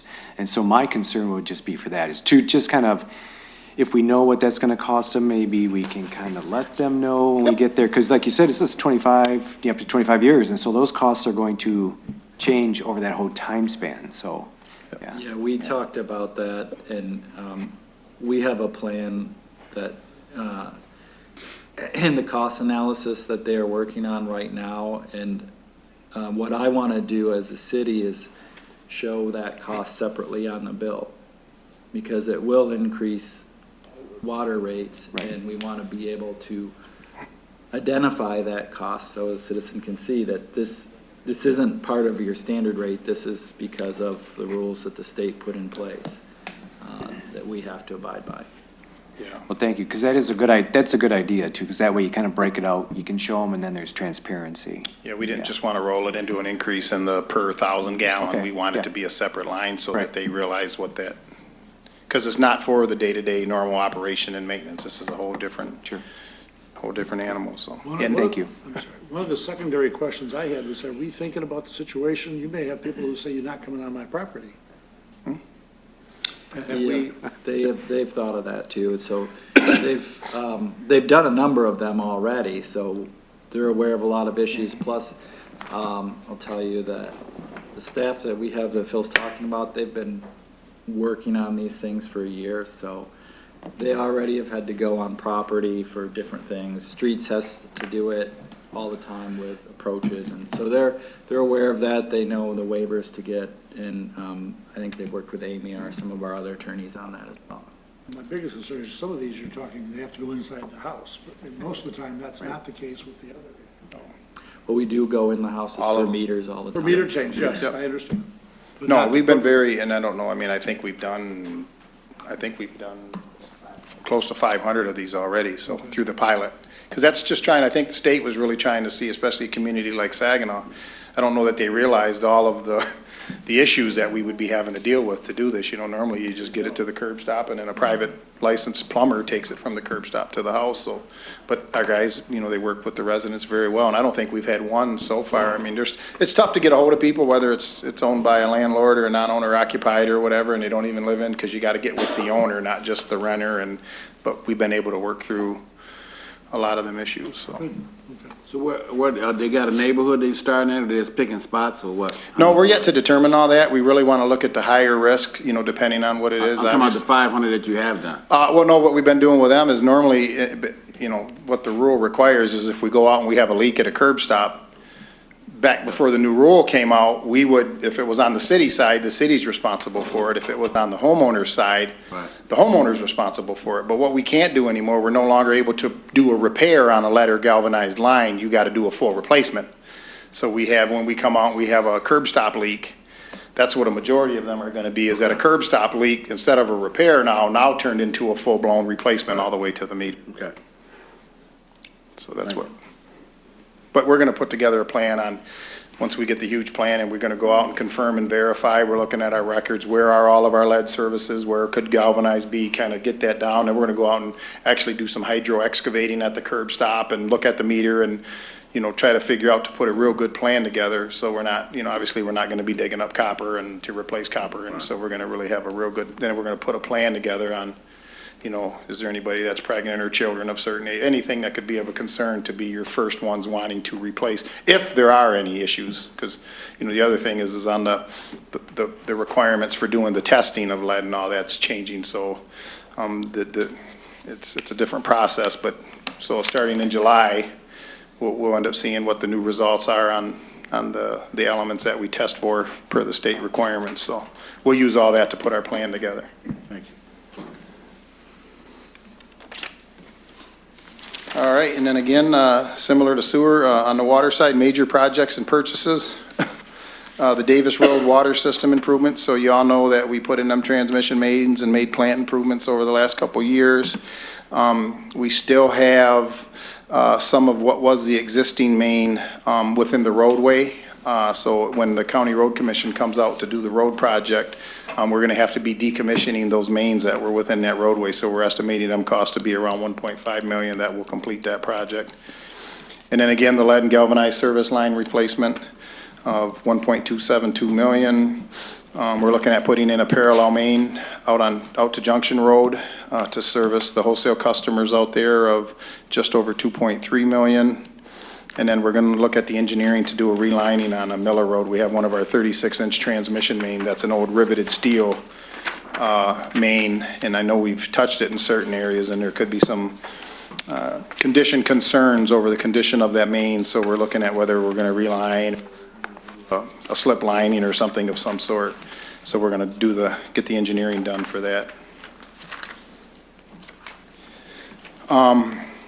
Some continued on the major projects and purchases, water quality upgrades, 600,000, a water treatment plant, train shed, structural repairs, this is on page 11 of the presentation, of just over $500,000. Some vehicle and large equipment purchases of around 108,000. Again, there's the other 50% of those 2 trailers that's shared between the water and sewer, the mini excavator that's shared, and then 1 all-wheel drive vehicle for the wastewater treatment plant of about 25,000. And then some parking lot improvements.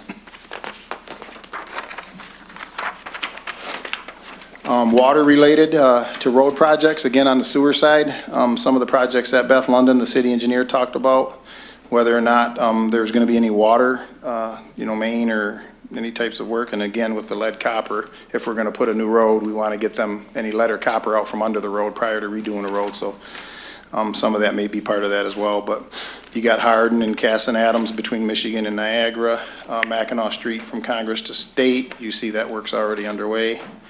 And then Niagara from the railroad tracks to Genesee.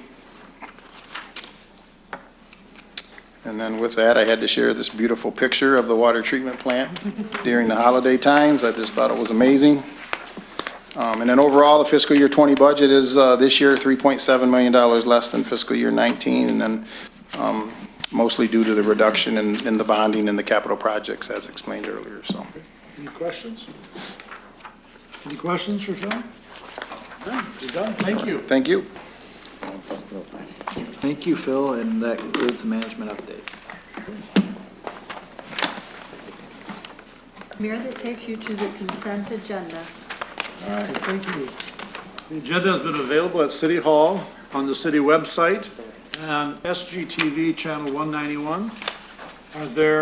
If there are any exceptions to any item, then I would ask for a motion to approve the remaining items. Is there a motion to approve leaving room for exceptions?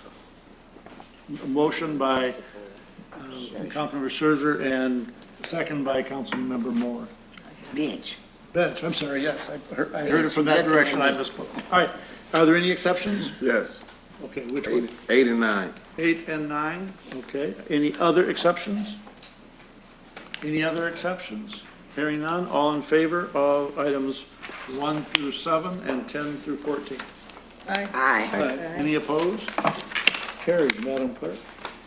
Thank you. We have exception to number 8, approve the purchase of Snap-on Industrial for $7,661.74 for a vehicle diagnostic scanner for the motor pool division. Councilmember Balls. I did say 8 and 9. I meant to say 9 and 10, but anyway, we'll just skip 8. But for number 9, I'm sorry. Right, it's 7 and 8 were the two that were I'm actually sorry. accepted. I meant to say 8 and 9. I mean 9 and 10. I'm sorry. Oh, Okay. well, is there a motion on 7 and 8 then? No, he said 8 and 9, I believe. Yes. He said 8 and 9. Yeah, I did say 8 and 9. I meant Said 9 8 and and 10. 9. You Correct. accepted 8 and Sorry. 9. Okay, all right. Do you still want to talk about 10? Yeah, you still can Yeah. talk about Well, it. with 10 is kind of, 10 was not excluded. Right. 9 was. Okay. Yes. 9 was, 8 and 9. so you can cover 9. Okay, I'm covering 9. Approve the the increase of the blanket water for the vendors for another $49,000. Where did that money come from? Did you realize you needed more work, or this money that's come from another fund, or? So what happens is, as Office of Management and Budget explained earlier, is the motor pool is an internal service fund. Basically, we provide services to other divisions and departments because the 350 vehicles and equipment that it works on gets paid for out of the motor pool as part of the budget, but then it gets billed back directly to the individual divisions. So what we do is we budget a certain amount of money both in repair services and also parts and supplies based on like just a spreadsheet that we keep from every year we've ever, what was our high, on an average. Right. But we can't determine what's gonna happen to these vehicles throughout the year. So this year is like, because we have purchased some new equipment and we got some motor stuff, so really we're only buying the parts that we need to keep this vehicle and equipment operating. So what happened this year is, because this is probably the fourth one of these you've seen in the last 4 to 5 meetings, is we got to almost the max, or we're over the max of what we budgeted now, and the POs are set. So we have to increase them and allow us to go out and buy parts that will then be put onto a vehicle and then billed back to the other divisions. So what happens is if the money isn't in that department to start the year, Office of Management and Budget, and it normally starts happening right now around February, March, as we get towards the later end of the year and run out of money in the motor pool, and then they will do a budget adjustment. They'll move money from whatever division it is I need, because we track where the parts go. So if it was wastewater plant, then we'll send the wastewater plant division head and department head an email stating you have exceeded your funds that were, because it's all based on where the parts, and then they'll have to find money in their budget, in an operating budget, send it over to OMB, and then they'll do a budget adjustment to increase the motor pool to allow us to continue to buy the parts to keep the vehicles and equipment functioning. I appreciate that. You're welcome. Thank you. Is there a motion then? Yes.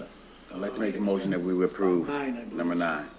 And eight. And eight. Eight's been accepted. Yes, that's right, it was accepted, that's right. Does your motion include 8 then? Yes, sir. So, Support. yep. Madam Clerk, if you restate the motion. This motion is to approve consent agenda items number 8 and 9. Okay, it's been moved and supported. Is there any discussion? Any discussion? All in favor? Aye. Any opposed? It is carried. Who seconded that motion? I did. Thank you. Okay. All right. Madam Clerk? Thank you, Mayor. We will move to boards, commissions, and committee reports. Are there any exceptions, any items? Any reports? Items, oh, that's right, this is the reports, okay. Okay, are there any reports of city boards and commissions? Any reports? Oh, I just want to say thank you for joining us, Mr. Mayor. The mayor is now on the planning commission. I don't know if everybody had been made aware of that, but I think it was a change in state law, correct? Yes, and then, so Mayor Clark gets to join us on the planning Yep, commission. thank you. Thank you. All right. First meeting was what, a couple weeks ago? A couple weeks ago now. Yeah, welcome. Okay. Madam Clerk, We are now at appointment of boards and commission members. we would ask for a motion to approve items 1 and 2, leaving room for exceptions. Support. Are there any exceptions? Any exceptions? Hearing none, all in favor? Aye. Okay, Madam Clerk. We are at ordinance consideration and adoption. One tonight is to amend section 12.039, Saginaw Arts and Enrichment Commission of Chapter 12, Boards and Commissions of Title I Administrative Code. Is there a motion to adopt? So move. Support. It's been moved and supported. Are there any discussion? Any discussion? All in favor? Aye. Any opposed? It is carried. Madam Clerk. We're at resolutions. We have one. It is to approve the Saginaw County Emergency Services Mutual Aid Agreement. Is there a motion to adopt? Support. Been moved and supported. Is there any discussion? Any discussion? Hearing none, all in favor? Aye. Any opposed? It's carried. Madam Clerk? Miscellaneous business. Is there any other business to come before the council? Councilman I'd like to know what boards or commissions that meet in the evening. I haven't been able to attend any in the mornings and stuff like that, so if there's any, the manager can let me know so I can get on a board or commission. Good, yes. It meets in the evening. Mr. Manager, if you Thank do you. so. Okay. Any other business? Hearing none, was there a motion for? So moved. So moved. It's been moved and supported. Any discussion? All in favor? Aye. Aye.